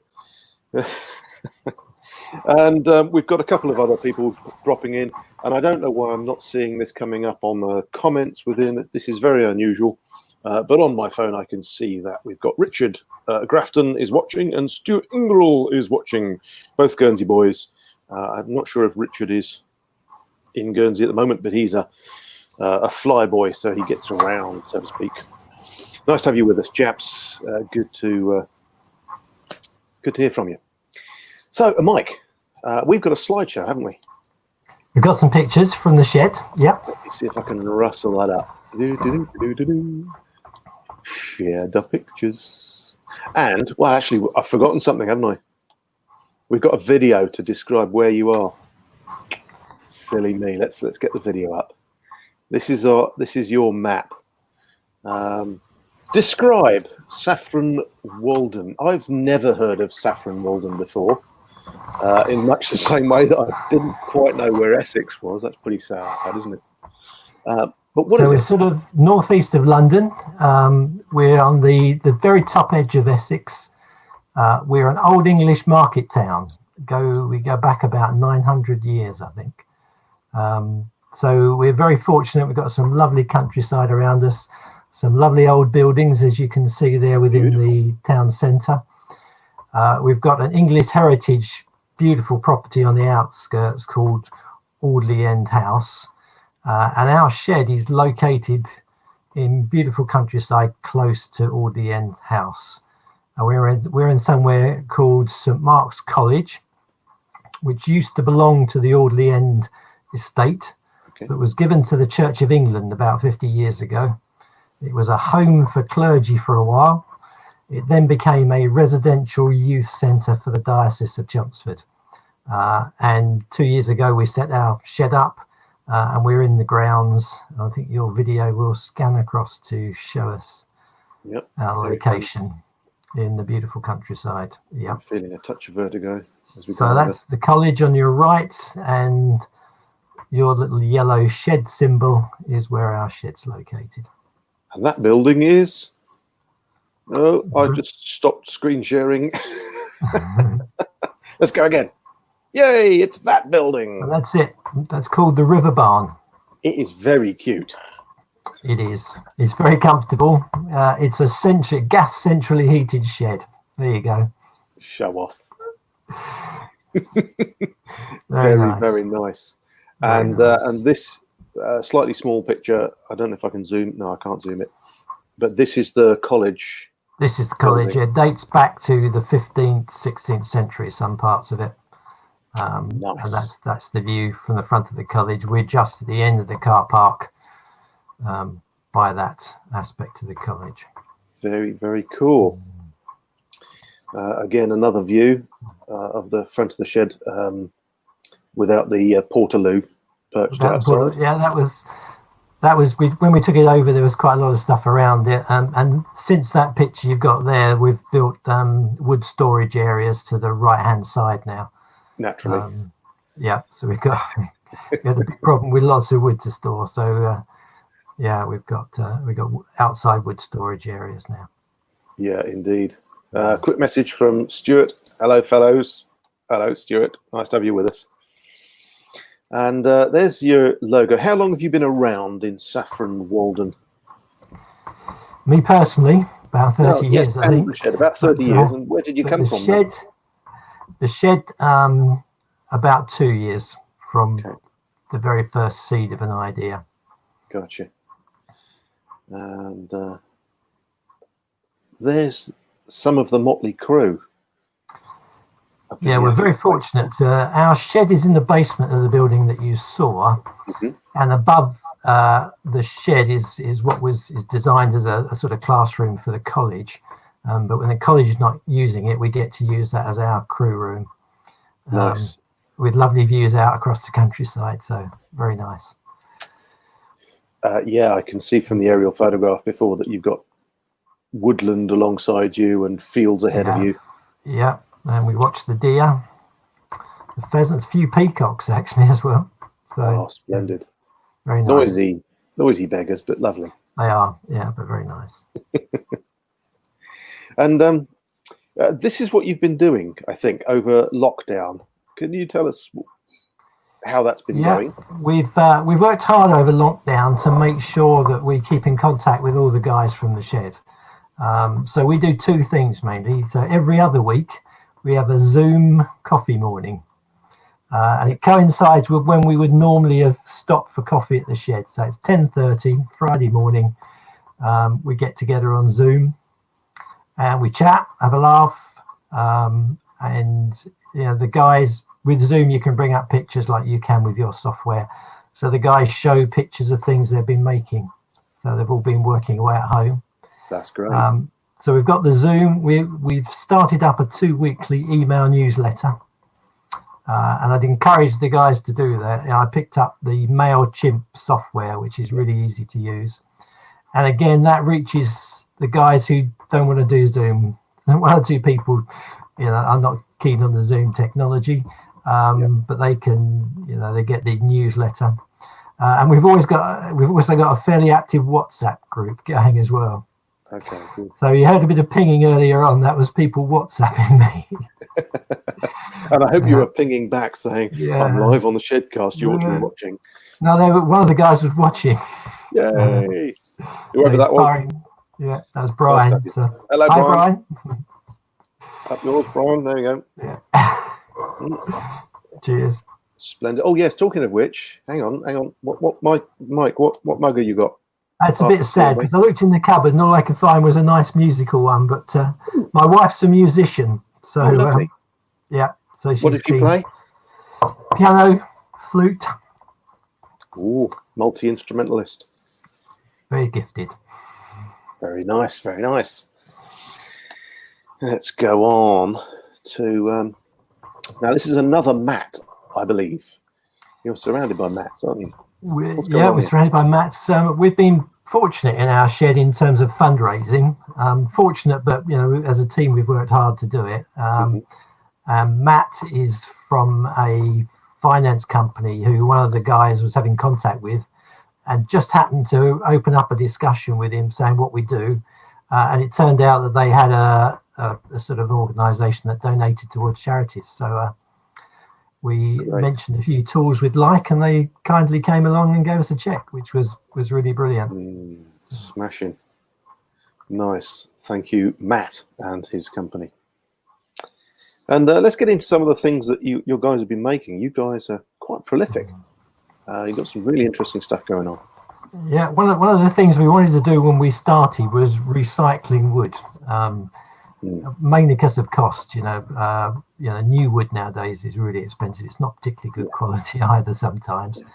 So we do a lot of recycling. We've got a local builders merchant who's happy to give us as many pallets as we can take.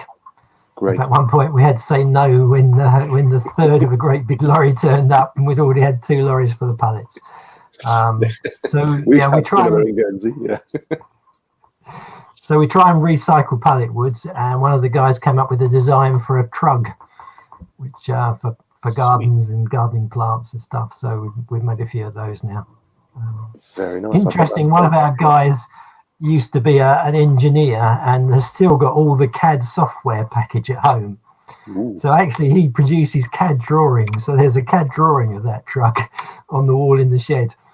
And 1 or 2 other projects we've been talking about. He goes away and works on his CAD software that he used to use at work. Good stuff. And he's happy to reuse it now. So we've got CAD drawings hanging around of the projects that we make. Amongst your array of tools, do you have something like a CNC router? We don't. Not Very yet. nice to have one. We've got a router. I'm just thinking that'd be right up his street if he can do the CAD for that. Yeah, that's a good idea. I'll work on that one. We've got a route. We've got various routers. We've got a router table. Great. But we haven't got a CNC router. That'd be good fun. Yeah, good fun. And this is your kitchen, is it? Yep, that's it. That's where we make our tea. Or now another thing that our shed is particularly important to us is working with the local community. So this is from a children's nursery that we have in Saffron, Walden, and we've refurbished these toys for them. And then when you talk to them, they're really expensive to buy. And this particular set was quite battered. One of the doors was missing, bits and pieces were broken, and we took them. A few of the guys, sanded them. They come up like new, really. But it's great because it's a project for us to do. It gets us involved in the community, and it saves the local nursery, which is a charity in itself. It saves them a lot of money as well. Hundreds of pounds. Yeah. We've just done another play table for them. That again we took to bits, sanded down, and one of the guys painted a little street scene on it for them. So, sweet. Yeah. Very cool. Yeah. That's cool. Now this is something a little bit different. It is. This was an interesting project we were asked to do.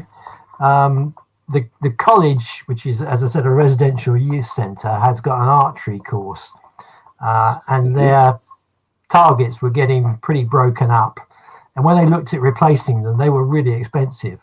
And they approached us, and we looked at them and said, yeah, we could easily make them. And so again, recycling secondhand wood, we managed to recycle the rubber membrane that was in the center of it. But the rest of it, we just replaced the wood. Again, interesting project for us, and saved a lot of money for the college, which again is a charity as well. So. Win-win. Win-win. Yeah, love it. Now this is looks like a box of Sky. This is an interesting commission. We were approached. We've only been going really for about a year, but as words got around, we get lots of people approach us for commissions. Right. This was a local child psychologist, and she spotted something like this on the internet in use in America. And what she does is she fills it with sand and makes a beach scene, and then she puts models of families, children, adults, and so forth.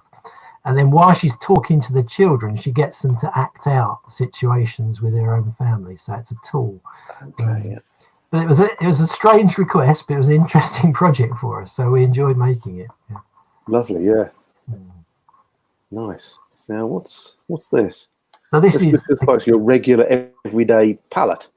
It's a pallet that's been converted into a food trolley. So again, our local food bank contacted us and saying they were having trouble moving the big boxes of food around. Could we think of anything to help? So again, we came up, there's a CAD drawing for this, would you believe? So we came up with a design using pallet wood, so no cost. We found some suitable wheels on eBay, and we've made over 10 of these now for our local food bank. Great. You can't see the wheels, but there's wheels underneath those side rails, I assume. Yeah, and the wheels lock, so they can put them in position, and they can lock the wheels for safety. Oh, that's useful. So they were really pleased with those, and it was again an interesting project for our guys to think about design. So absolutely brilliant. So again, recycled wood, and this was a local company that wanted compost bins. Our local council requires builders to produce various bits for new properties now. Oh, that's interesting. And so a local company asked us, so we've produced a few of those. There's quite a few hours of work, as you can imagine, in that. But, Were you able to sort of jig it up on the saw so that you could speed the process up? We did, the using the miter saw and some jigs and a semi-production process. So great, yeah. We've had a production line going on at a number of projects, really. We had a very interesting request for us to make Scrabble letter holders. Okay. And when you look at them, there's quite a few angles on Scrabble letter holders. But what they wanted them for was name settings for a wedding. Oh, right. So they'd gone around all the local charity shops and bought up old Scrabble sets. And we made loads and loads of these little wooden name holders for them. Right, I see. So that'd be quite a challenge. And they place name, but done in Scrabble. Yeah, I can actually show you one here. Oh, let's have a look. Let's There we go. Big you up. I see. Yeah. So I kept one for myself. Of course. I think we made 60 of those. Ouch. So you definitely need a jig for that. Yeah, I'll say, yeah. Yeah, good one. Interesting project, but we get these strange requests come through. Nice. Now this is an unusual set of gear. What's this about? This is Cub. Have you heard of the game Cub? K-U-B-B. It rings a bell, but I've no idea what it is. It originates in Scandinavia, and I was actually at a friend's house down in Eastbourne, and he's a very keen carpenter, and he just made one of these. And I looked at it and I thought that really is a nice project. And so one of the guys in the shed knocked this up, and he did a really lovely job of it. And in Saffron, Walden, we have a Christmas fair in the first Friday of December. And we managed to get ourselves a stall there last Christmas, and we raffled this in aid of funds. Good. So very interesting project. I like the corners on the box. Yes. It's such a simple little thing, but rounding it off adds such a sense of style to it. It's very nice. And how do you play this game? It's obviously some sort of kingpin there. You have a kingpin in the middle. You have the square blocks, 6 at one end and 6 at the other. Okay. You mark out a field that's about 20-foot square, and the round pins that you can see in the middle there, you throw from one end to the other, and you knock the small pins down. And when all the small pins are knocked down, you then have to knock the big pin, the king pin, which is in the center. So it's an interesting game, but a lovely project, and involved lots of different skills. So we've got a guy who's good at wood turning. Great. So the pins that you throw were made on our wood turning lathe. And the mallet was a nice idea. One of the guys thought they would just finish it off by producing a mallet. The pointed pegs go in the corners to mark off the field. So yeah, lovely project that. Okay, yeah, very cool. Yeah, interesting. Yeah, neat. Now, this is a fine piece of metalwork. I assume it's a reconditioning job. Yeah, we like to do upcycling, and we get some stuff given to us. People contact us and say, "Look, I'm clearing out my old shed," or sadly someone's died and they asked us if we clear a shed, and we get various bits and pieces. And one of our team, Brian, who I think is listening now, is really keen on upcycling. So this was, really tatty, sitting in the corner of someone's shed, and just with a bit of care and attention, it came up beautifully. It is. And what you can't see there is someone else gave us the soldering iron that fits in it. Would you believe that using those brackets at the top, an old-fashioned copper soldering iron fits in there? Well, actually, we might have it, actually, if I can advance the stop zooming. Advance. No, I thought I saw it, but it might come up later. Maybe in the background of one of the other shots. Yeah. Lovely. So we've done quite a few upcycling projects now. I think that perhaps later on in the shots there might be one or two others. Good stuff. So this was another interesting project. Called us out a bit, actually, because we'd made quite a few bird boxes, bug boxes. Then we got on to bat boxes we were asked for. Oh yeah. And then someone said, could we do an owl box? And they asked for two, a tawny owl box and a barn owl box. Right. So we just said, yeah, that's fine. And then we looked at the size of a barn owl box. So we produced this, which is quite large. And we produced, I think coming up later on, is a tawny owl box as well. Gotcha, okay. So we tend to, when we do a project like that, we tend to go to the National Association. So there was a National Association of owl lovers or whatever, we do it with the RSPB for bird boxes as well, so we make sure that we get the designs right when we do we had somebody in the local Société Guernesié's bat section, sort of like Natural History Society if you like, and he came up to the shed before lockdown and was working on a design for a bat box. And what I hadn't appreciated before is that the specifications for it are really quite important about getting enough insulation and enough airspace, but not too drafty and all this sort of stuff. So, it was a real eye-opener. Yeah, they need to be rough. The bats have got to work their way up inside them. We actually used the miter saw to cut some lines in right inside so the bats can work their way up. Similarly, yes. Really interesting project. So he's made one finished item, not a cheap item, because of course it's got to stay out for a very long time. So he's using sort of marine ply exterior faces. So yes, at some point we'll get to make some more, but they're not cheap, unfortunately. No, it's quite a lot of work. And these are a bit special. They're not just any old. They are, yeah. This was a local care home approached us, and they wanted planters, but planters that they could get people in wheelchairs to fit underneath.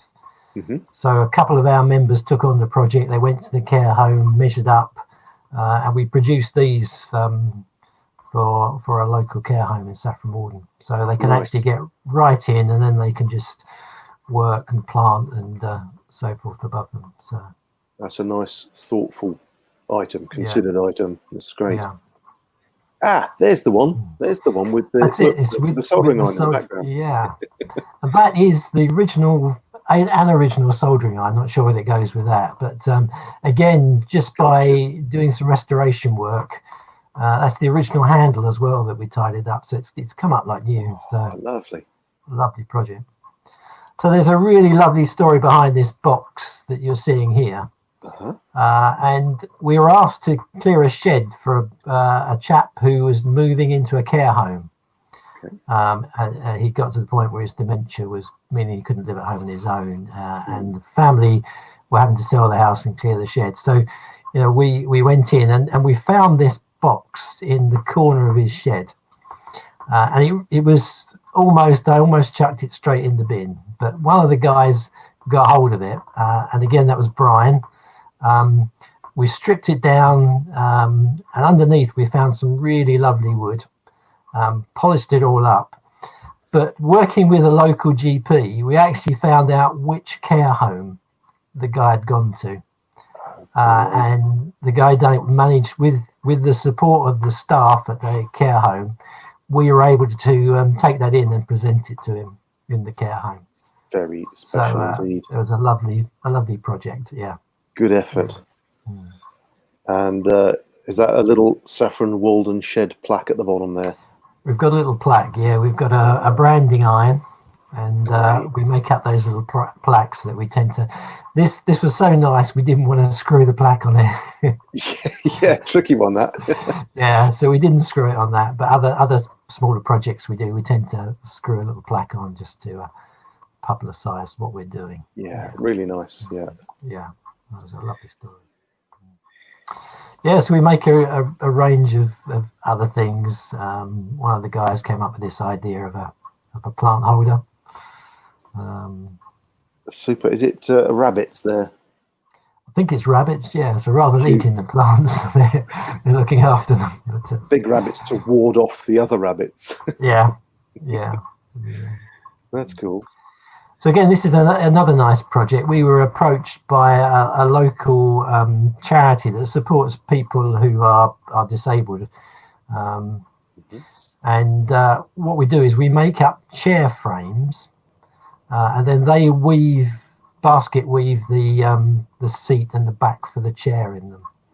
And they were finding that they were buying these on the internet, and they were really expensive. And again, we make these in the shed for them, so and supply them to them now, and it's all recycled wood. In fact, looking at that piece of wood, I think that's a recycled window frame, if I remember rightly. But yeah, we try and use as much recycled wood as we can. The notable feature is the uprights there. Yes, that's a nice little feature. That I'm not quite sure how you'd have made that. How did you do that? That was done by hand, I think. It was cut back by hand. We've got a member. This was made by Peter, who's one of our leaders actually, and he's a retired carpenter. Great, got the skills. So I think that was just basically a little bit of sawing and a little bit of hand carving as well. Good job, Peter. Nice touch. That. Yeah. A bit of form to it rather than just straight on. Yeah. We were donated a mortiser, which is a nice piece of kit, and on a job like this makes a big difference to the joints and so forth. Yeah, big time. Again, it's one of those things that once you sort of get it jigged up, you've got the right bit in and the right spacing for the piece of wood, off you go. Square rolls after square rolls. Great idea. Yeah. Very nice. Now, I was mistaken when I saw these pictures yesterday. I thought, oh, there's our Kate Gordon. But I've met Kate, but it's not. No. So we work a little bit like that.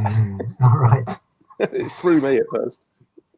We work closely with our local museum, and they are every now and then they asked us for a project or something we can make for them, and they bought these Etch-a-Sketch boards that they want mounted in the museum. So one of our members made up these wooden frames to hold them, so that the children can use them in the museum. So good one.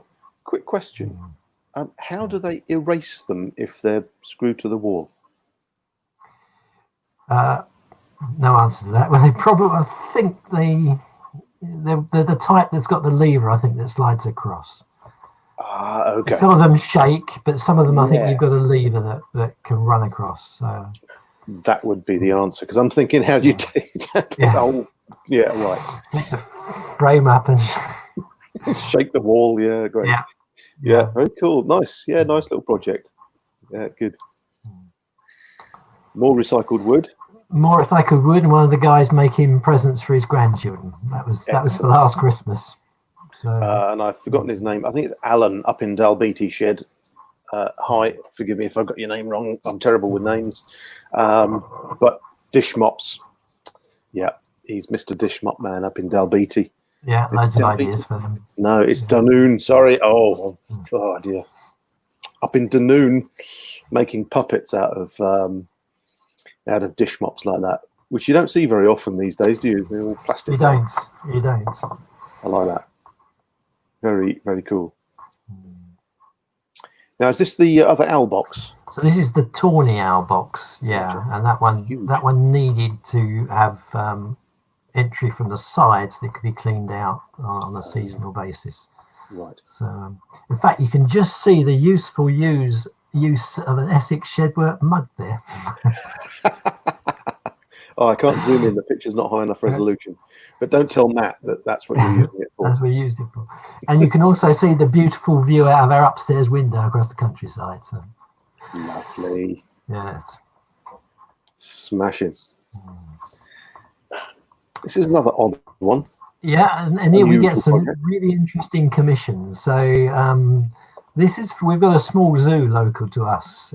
Someone came along and said they wanted a fundraising thing that the children would like to use. And they had a few ideas, and we put it to one of the guys in the shed and said, what do you think about this? And he made this really beautiful toy. So the idea is you drop the coin in the top and it rolls down and goes into a money box at the bottom. Down at the bottom. So, yeah. And I see we did screw our logo on that one. Yeah. Nicely done. Yeah. Yeah, it's a good idea. I mean, it's again, it's a win-win for everybody, isn't it? You know. Yeah. They get a way of collecting money, and it's good profile for you and an activity for the guys. So. And something like that, it's a little bit more challenging because it took some working out how to get the coin to run down, not get stuck between perspex and the wood, and so it took a bit of thought. Which we love to do that. You know, we will sit around drinking coffee and discussing how we're going to do it. Yeah, rubbing the brain cells together. Yeah. So yeah, I guess all sheds make these, but we are again working with the local museum. They wanted to get the children out and about, so they had a summer project which was to encourage children to go out and look at wildlife. So we made some planters which they used around the museum, and the children filled them up with plants, and then we produced some bird boxes and bug boxes. Nice. And what we actually did was the museum occasionally does an evening where the children come and they go out on walks locally. And we set a stall up inside the museum where they could make their own little bug box. So we'd made some of the frames, and we cut up lots of bit of wood. So the children came along and they could just put the little bits of wood in the frames and then take their own bug box home with them. So that's a nice idea. Yeah, lovely idea. So yeah, we're into clocks at the moment. And one of our members who joined us had been keen on making clocks, and so he brought in a few to show us. And then we've got a ladies member, so we are a community shed. We don't actually call ourselves a men's shed. We're a community shed, and our lady member, who has come on, from strength to strength. She joined us really only having one or two woodwork skills, and she actually made this beautiful clock. It is lovely. It is, yeah, and so there's a few people making clocks now. So they all caught the bug. Excellent. It's a fad. It'll pass in time. It'll pass. We're going to something else. Yeah. So this is a cigar box guitar. Yes. And yeah, knocked up completely from first principles by one of our shed members. So Right. I keep asking him to do a short video of himself playing it because we'll post it on our Facebook page. But If you do, would you share it with us? we will do. Yeah, he hasn't built up the courage yet to. But Tell him. Yeah. Tell him. We'd love to see it. We'd love to hear it. Yeah, we would. We're waiting for him.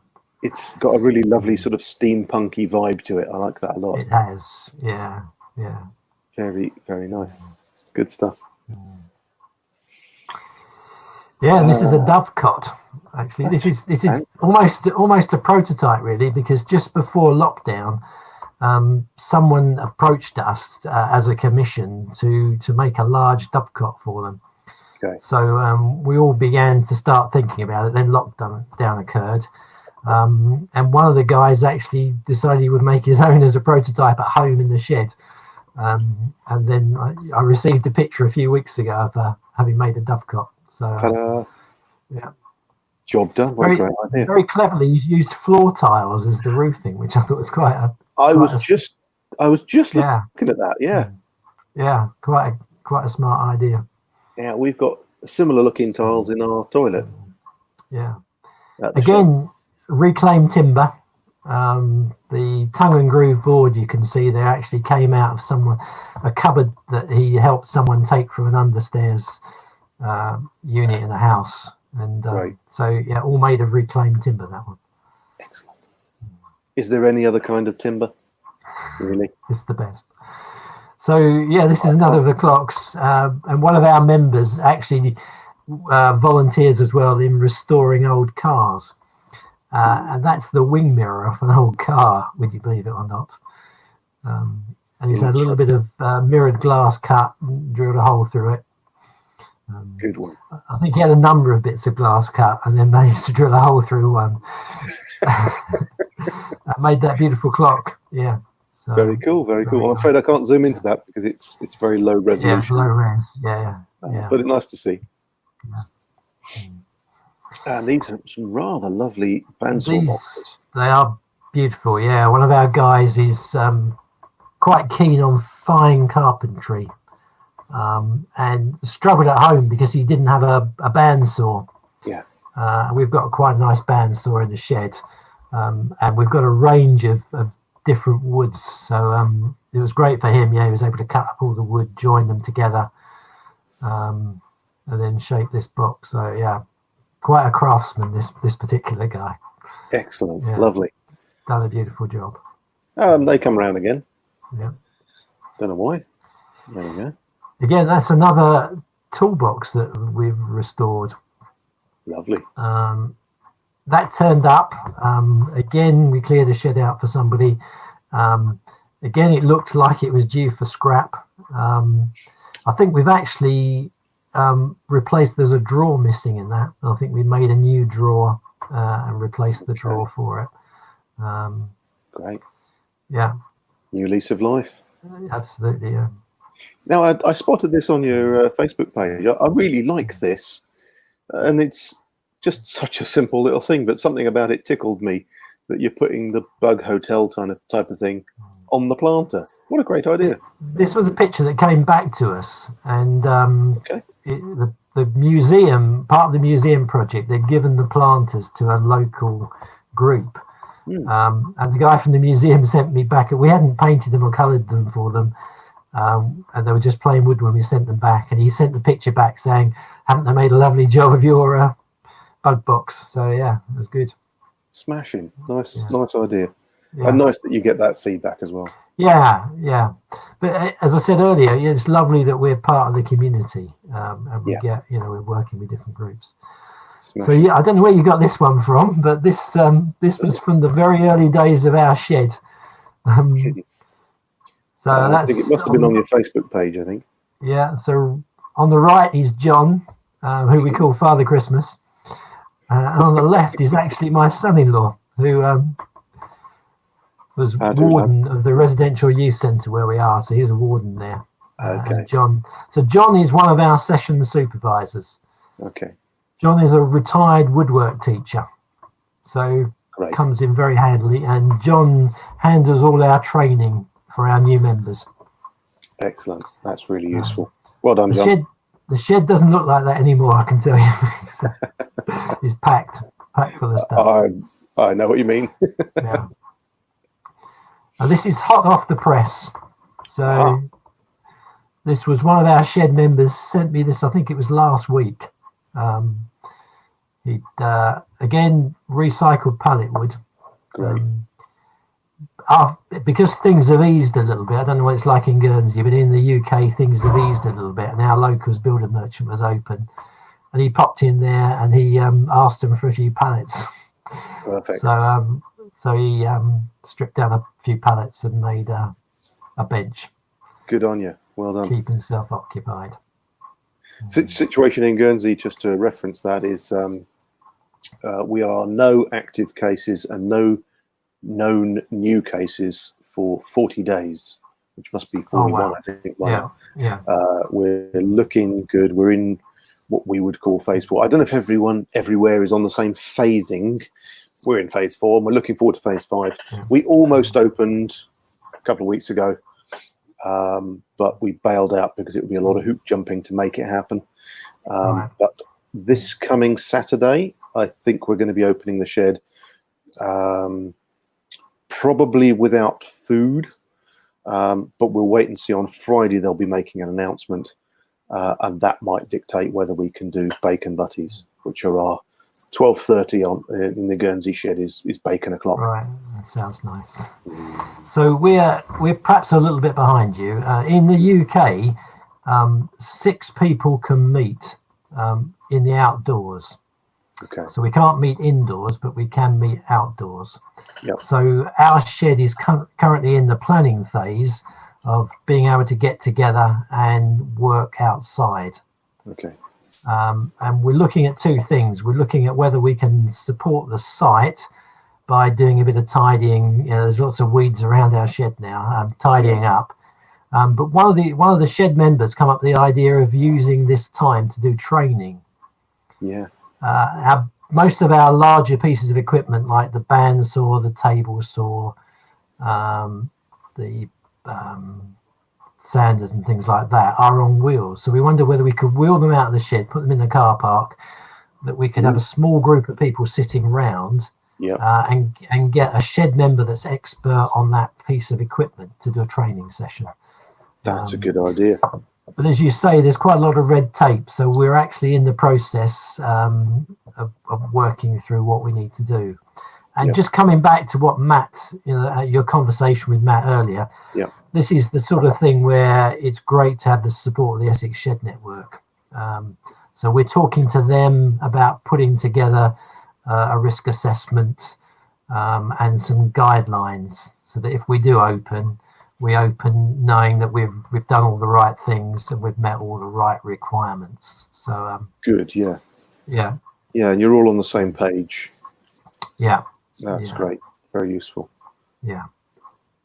Cool.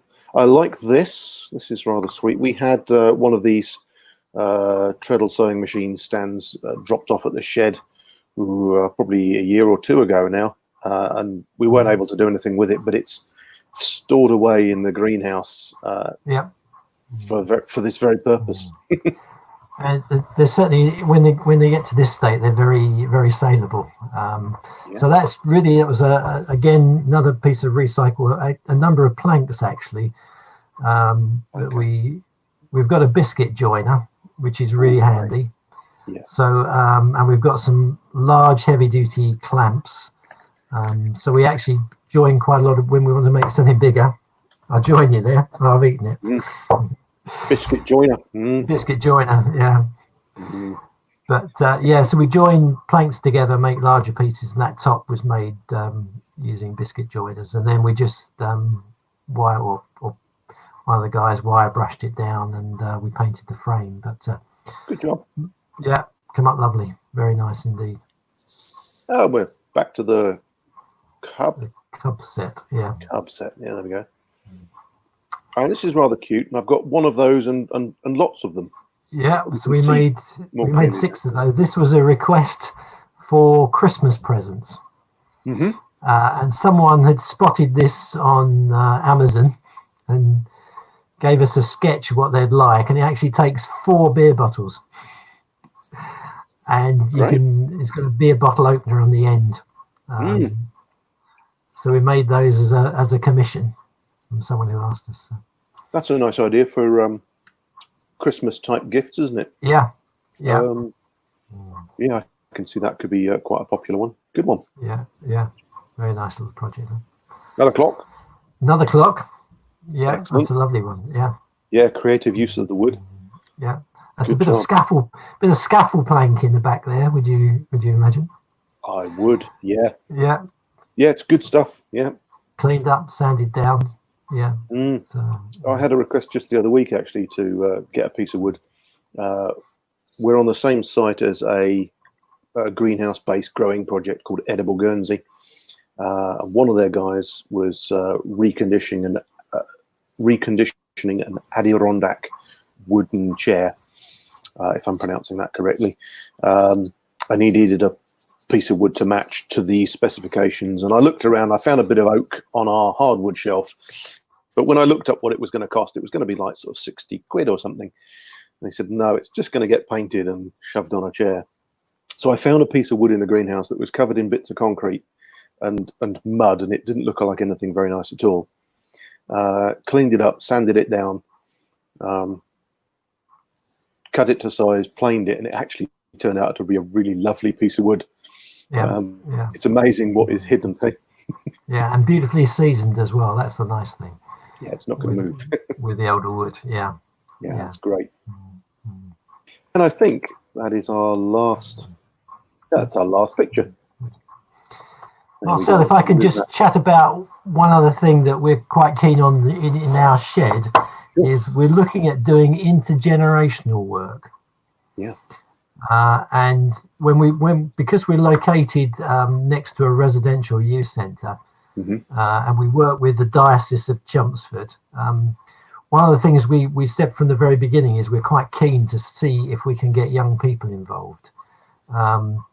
And just before shutdown, we were working with the local Cubs group, and unfortunately it all got put on hold because of what's happened. But what we'd planned is that they would come in and do their DIY badge with us. And that we would put together some kits, a few pieces of equipment, and do some projects with them. And we've got other ideas in the long term. We were wondering whether we could do an after school club, but we're really keen to see that we can pass our skills on, because a lot of the young people now do nothing with woodwork. They they don't use their hands, they haven't got that dexterity or being able to use tools, and we would really like to see whether we could, and it'd be good to think, perhaps other sheds have developed that work. We'd be keen to hear about that. I'm totally with you there.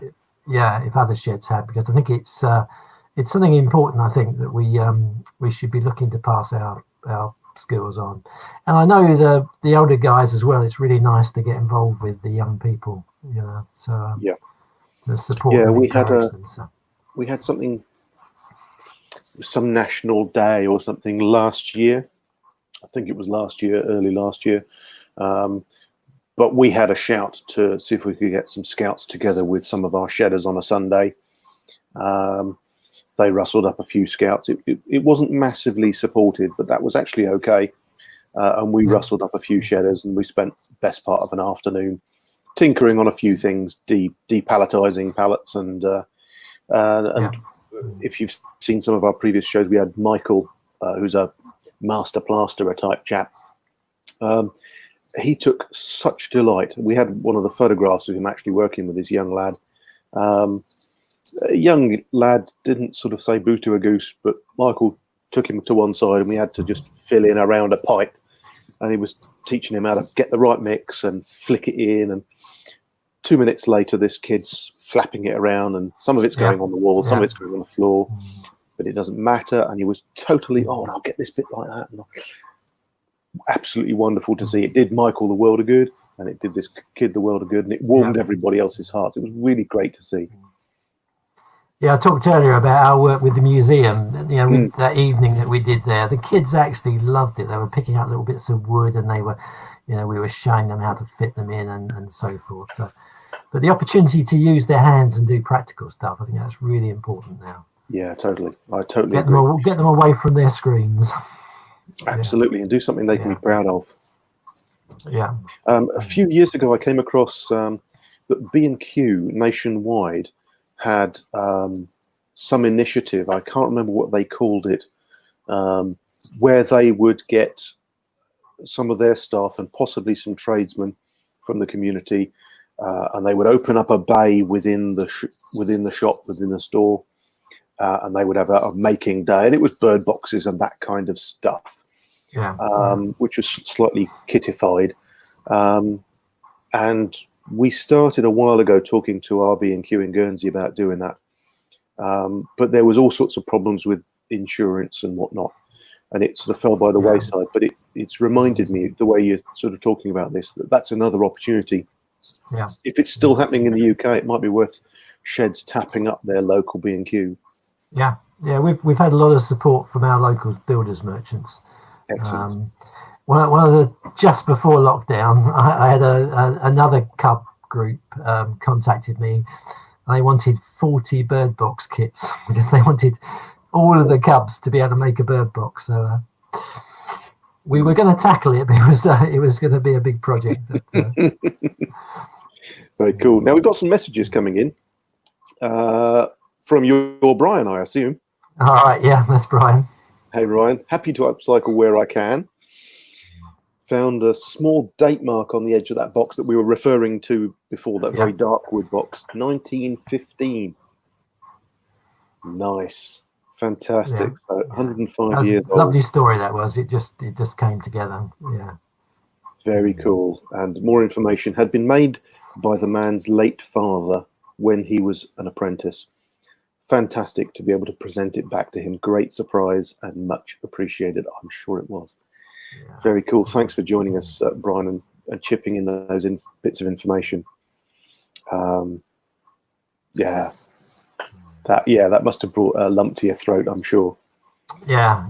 It's amazing the way that it came together, that we could actually track down the guy and where he was, and very, very good, very interesting. Very cool. Yeah. Now, can I just pick you up on something you've said a number of times through your slides there, that this was a commission, that was a commission. One of the things that we've been wary of getting set up in the Guernsey men's shed was taking on too many commissions requests. We've had lots of requests, and most commonly the answer has been no. Thank you, politely, for a couple of reasons. One, we're not open yet. We only opened in November, and we've had 3 years of renovation. We've had to really focus on getting the job done. We've still got a lot to do, although the shed is open. But one of the things we were really wary of is taking on projects for the men, for our members, and then having to say to them, is that job finished? We need it finished by Friday. Is it done yet? Is it? At which point we're chasing them and there's pressure, and that sounds an awful lot like work in the capital W sort of sense. We're all there to work on stuff, but when someone's pushing you, how have you managed that so that it doesn't become an obligation, an onerous task, where even guys might say, I'm not going to the shed today because I don't need that kind of pressure. That's not what we're about, is it? No, and I've got to say, perhaps when we first started, we might have fallen into that trap, because we had a launch event which was publicised in the local paper, so a lot of people heard about us, and of course we needed funding to buy equipment, so we were keen to take on commissions because there was a carrot, isn't it? It is. So so initially we probably made one or two mistakes, but then we had a few moans and groans, rightly so, from the guys. So what we do now is we've actually got a form. So if anyone contacts us by email or whatever, they get given the form, and the form's got information about the details of what they want. Are they willing to buy wood if it's special wood that we haven't got in stock? When do they need it by? And then we'll take that form, and as a group, we'll sit down over coffee, and we'll just make sure that's a job that we want to take on. We've got a small committee that runs the shed, so we'll look at it as well. And then we make it very clear to people that we won't be put under tight timescales. That's not what we're there for. Yeah. And if they do need a tight timescale, then we're not the people to do the job for them. That's been working. We still make mistakes. Occasionally, something turns up. Occasionally, someone comes along, and it's a story we hear, and we really want to help them, and we put ourselves under a bit of pressure. But we are having gone through that earlier phase when perhaps we took on too much. We're cautious now. But what I would recommend is come up with the form, because it allows both parties to fully understand what they're committing themselves to. So if anyone asks for something, the form details what we would do on our part. It makes it clear what they need to buy. So if there's expensive wood or other items that we need to purchase. If it's not pallet wood. It's not pallet wood. Or what? We've got a big stock of wood actually we've been given, but if it's not within our stock, and we've got to go to the local builders merchant. So when the Cubs approached us and said they wanted 40 bird box kits, that was quite a commitment to us, but we had a long period of time to make it, so we weren't too worried. But we said to them, you'll need to go and try and get the wood for yourselves, and if you can supply the wood and give us a long enough time to do it. But yeah, anyone who's listening, I'd recommend that you get that form in place so that everyone's aware of what you're willing to do, what you're not willing to do. We had a very interesting request. Someone rang me up one day and wanted stainless steel signs made for a heritage project in the local town. I explained to him that stainless steel welding was a skill that we didn't actually have within the shed. We might have done actually, knowing some of our members, but it wasn't something that we were going to take on. But little faith and vision. Yeah, that's right. You could have said, obviously, you can supply the stainless steel. That's a given. Yeah, a bit like finding your own wood. But also, if they want to provide, if they need to provide your own sort of water jet cutter. Water jet cutter, stainless steel welder. Cutter. That would be great. Yeah. Necessary extract system required for stainless welding and so forth. It's entirely doable, isn't it? It was a very interesting project, and sadly, if it had been in hardwood, we would have loved to have done that. And during lockdown, I do various walks around the town, and I actually walk by these things which have been made in stainless steel. And I often think, that would have been nice if we could have done that in hardwood for them, but not stainless steel. So I like that idea of having a form that clearly sets out what the boundaries are. That's a good idea. We've started an 8x4 sheet of scrap ply has been lovingly sanded back and primed and painted to make a really nice blackboard. So that we have a board where, yes, on the phone we'll outline the no, we can't take on projects for the men conversation. But if it is something that doesn't have a timescale per se, we'll happily put it on the board. And if any of the guys want to pick up that project, that's up to them, and they can self-organize. If one of them wants to do it, or 5 of them want to do it, then they can take it on, and they can get in touch with the client and say, what are the details? What do we need to know? But the outline of the project's just on the board with the contact details. And we need to be straight up with people and say, look, we'll leave it up there for a month or whatever. And if no one picks it up, that's a fair deal. But I like the idea of the form as well. That's a good idea. What we also run is a project file. So I'm into Excel spreadsheets. As a retired engineer, I love my Excel spreadsheets. So every suggestion gets a project number, and then in the shed we've got a project file, and in that file there'll be a section for that project, and then there'll be drawings, there'll be notes. We often ask for people to send us pictures. So if they want something made, send us a picture, because that's a good idea of us Absolutely. seeing. So a local church came to us and they wanted little slots to put all their letters in. So they went off, found another church that had got a similar one, took a picture of it. That's in the file. But it also means that different people can pick the job up, because as long as people put the paperwork back in the file. But, yeah, so because everyone's not there on the same day, and there may be 2 or 3 people on different days wanting to work on the same project. So how many days do you open? We open, well, just before lockdown, we'd opened another afternoon, but we run 3 mornings from 9 till 12. Well, I say 9 till 12. People turn up early and often are there till 1. But 9ish, 12ish. 9, 12. We reached saturation point about Christmas with a number of people we could actually get in the shed. Okay. So we started another afternoon.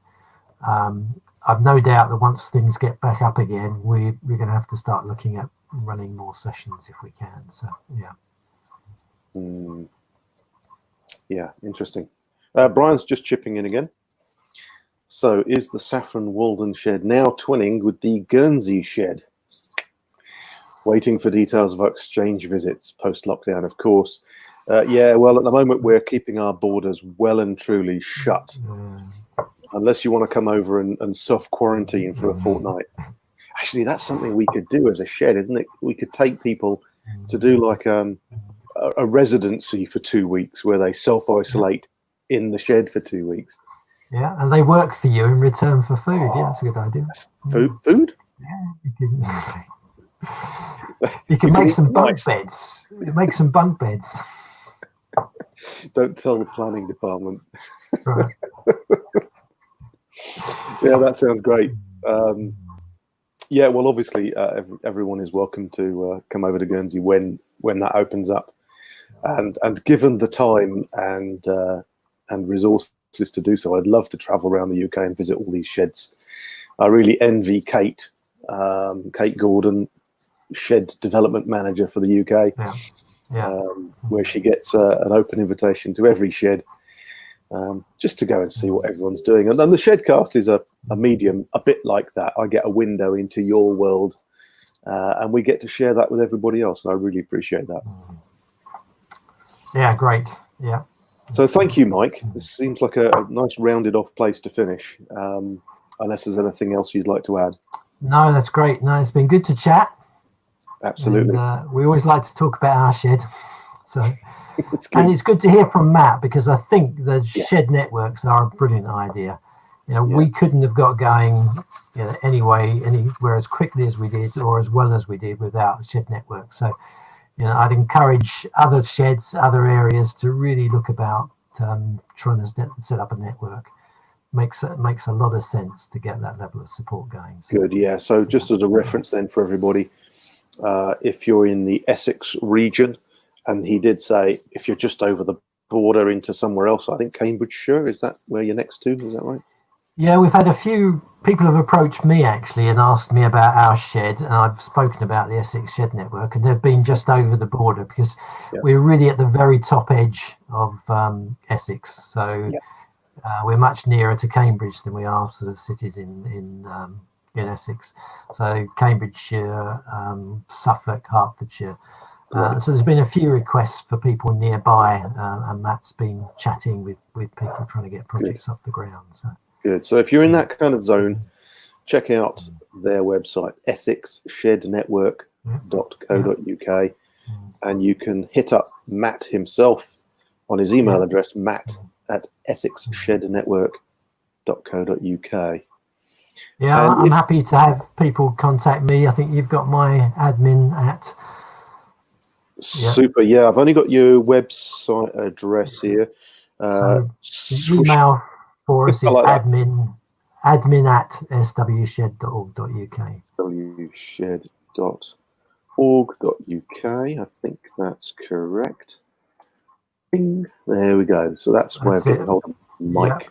You can get hold of me. Yeah. Excellent. That's great. So that's particularly if you're in the region of Saffron, Walden. He would love to hear from you. Yeah. That's great. Well, thank you ever so much, Mike. It's been a pleasure. It's been good to chat, Marcel. Yeah, Thank you're you doing for a great joining job. It's a Thank really important thing to do. Keep everybody, keep spirits up during lockdown. Absolutely, and I'm encouraging Hopefully- every week people to get creative. So I hope some of the projects that you've shared today will inspire other guys up and down to just tinker with something, get some ideas, even if it's just drawing up some plans, even if you haven't got the ability, like Matt in his top floor flat, hasn't got so much ability to get the big machine tools out. But there's no reason why you can't be sketching up some ideas and getting some measurements down. Yeah. So Get your kitchen knives out, do a little bit of carving. that's a great idea. Brian just chipping in at the end here. SWCS. Oh yeah, okay. So Saffron Walden Community Shed. Yeah. I'll fill that out for myself, not for anybody else. Have more recently supported the NHS with giving them our PPE. We knew we wouldn't be using for quite some time. Okay, well done, guys. Yeah, someone come up with a great idea. We'd ordered quite a stock of face masks, glasses, gloves, and we contacted local GP surgery. And this was early on. I think the stocks are better now, but early on they were pretty desperate to get hold of stuff. So we cleared out our stock of PPE. Went to a local surgery. So. Good on you. Good thinking. Love it. Well done. Well, until next time, and until we get to meet in person. Thank you, Mike. You're very welcome to come and visit here in lovely North Essex. Visit our shed. Now I sort of know where you are. Yeah. I visited sort of Sussex, that sort of way, Brighton, along the coast. And I just had in my head that Essex was further along, south of London. I didn't even know that it was northeast of London. How stupid am I? Dear, oh dear. That's how sheltered this little Guernsey boy is. That's right. Smashing. Thank you, everyone, for joining us. And we'll see you next week at 3 o'clock for the next SHEDcast. Great to chat, Marcel. Bye. Thanks, Mike. Ala Shine, as we say in Guernsey. Till next time. Bye.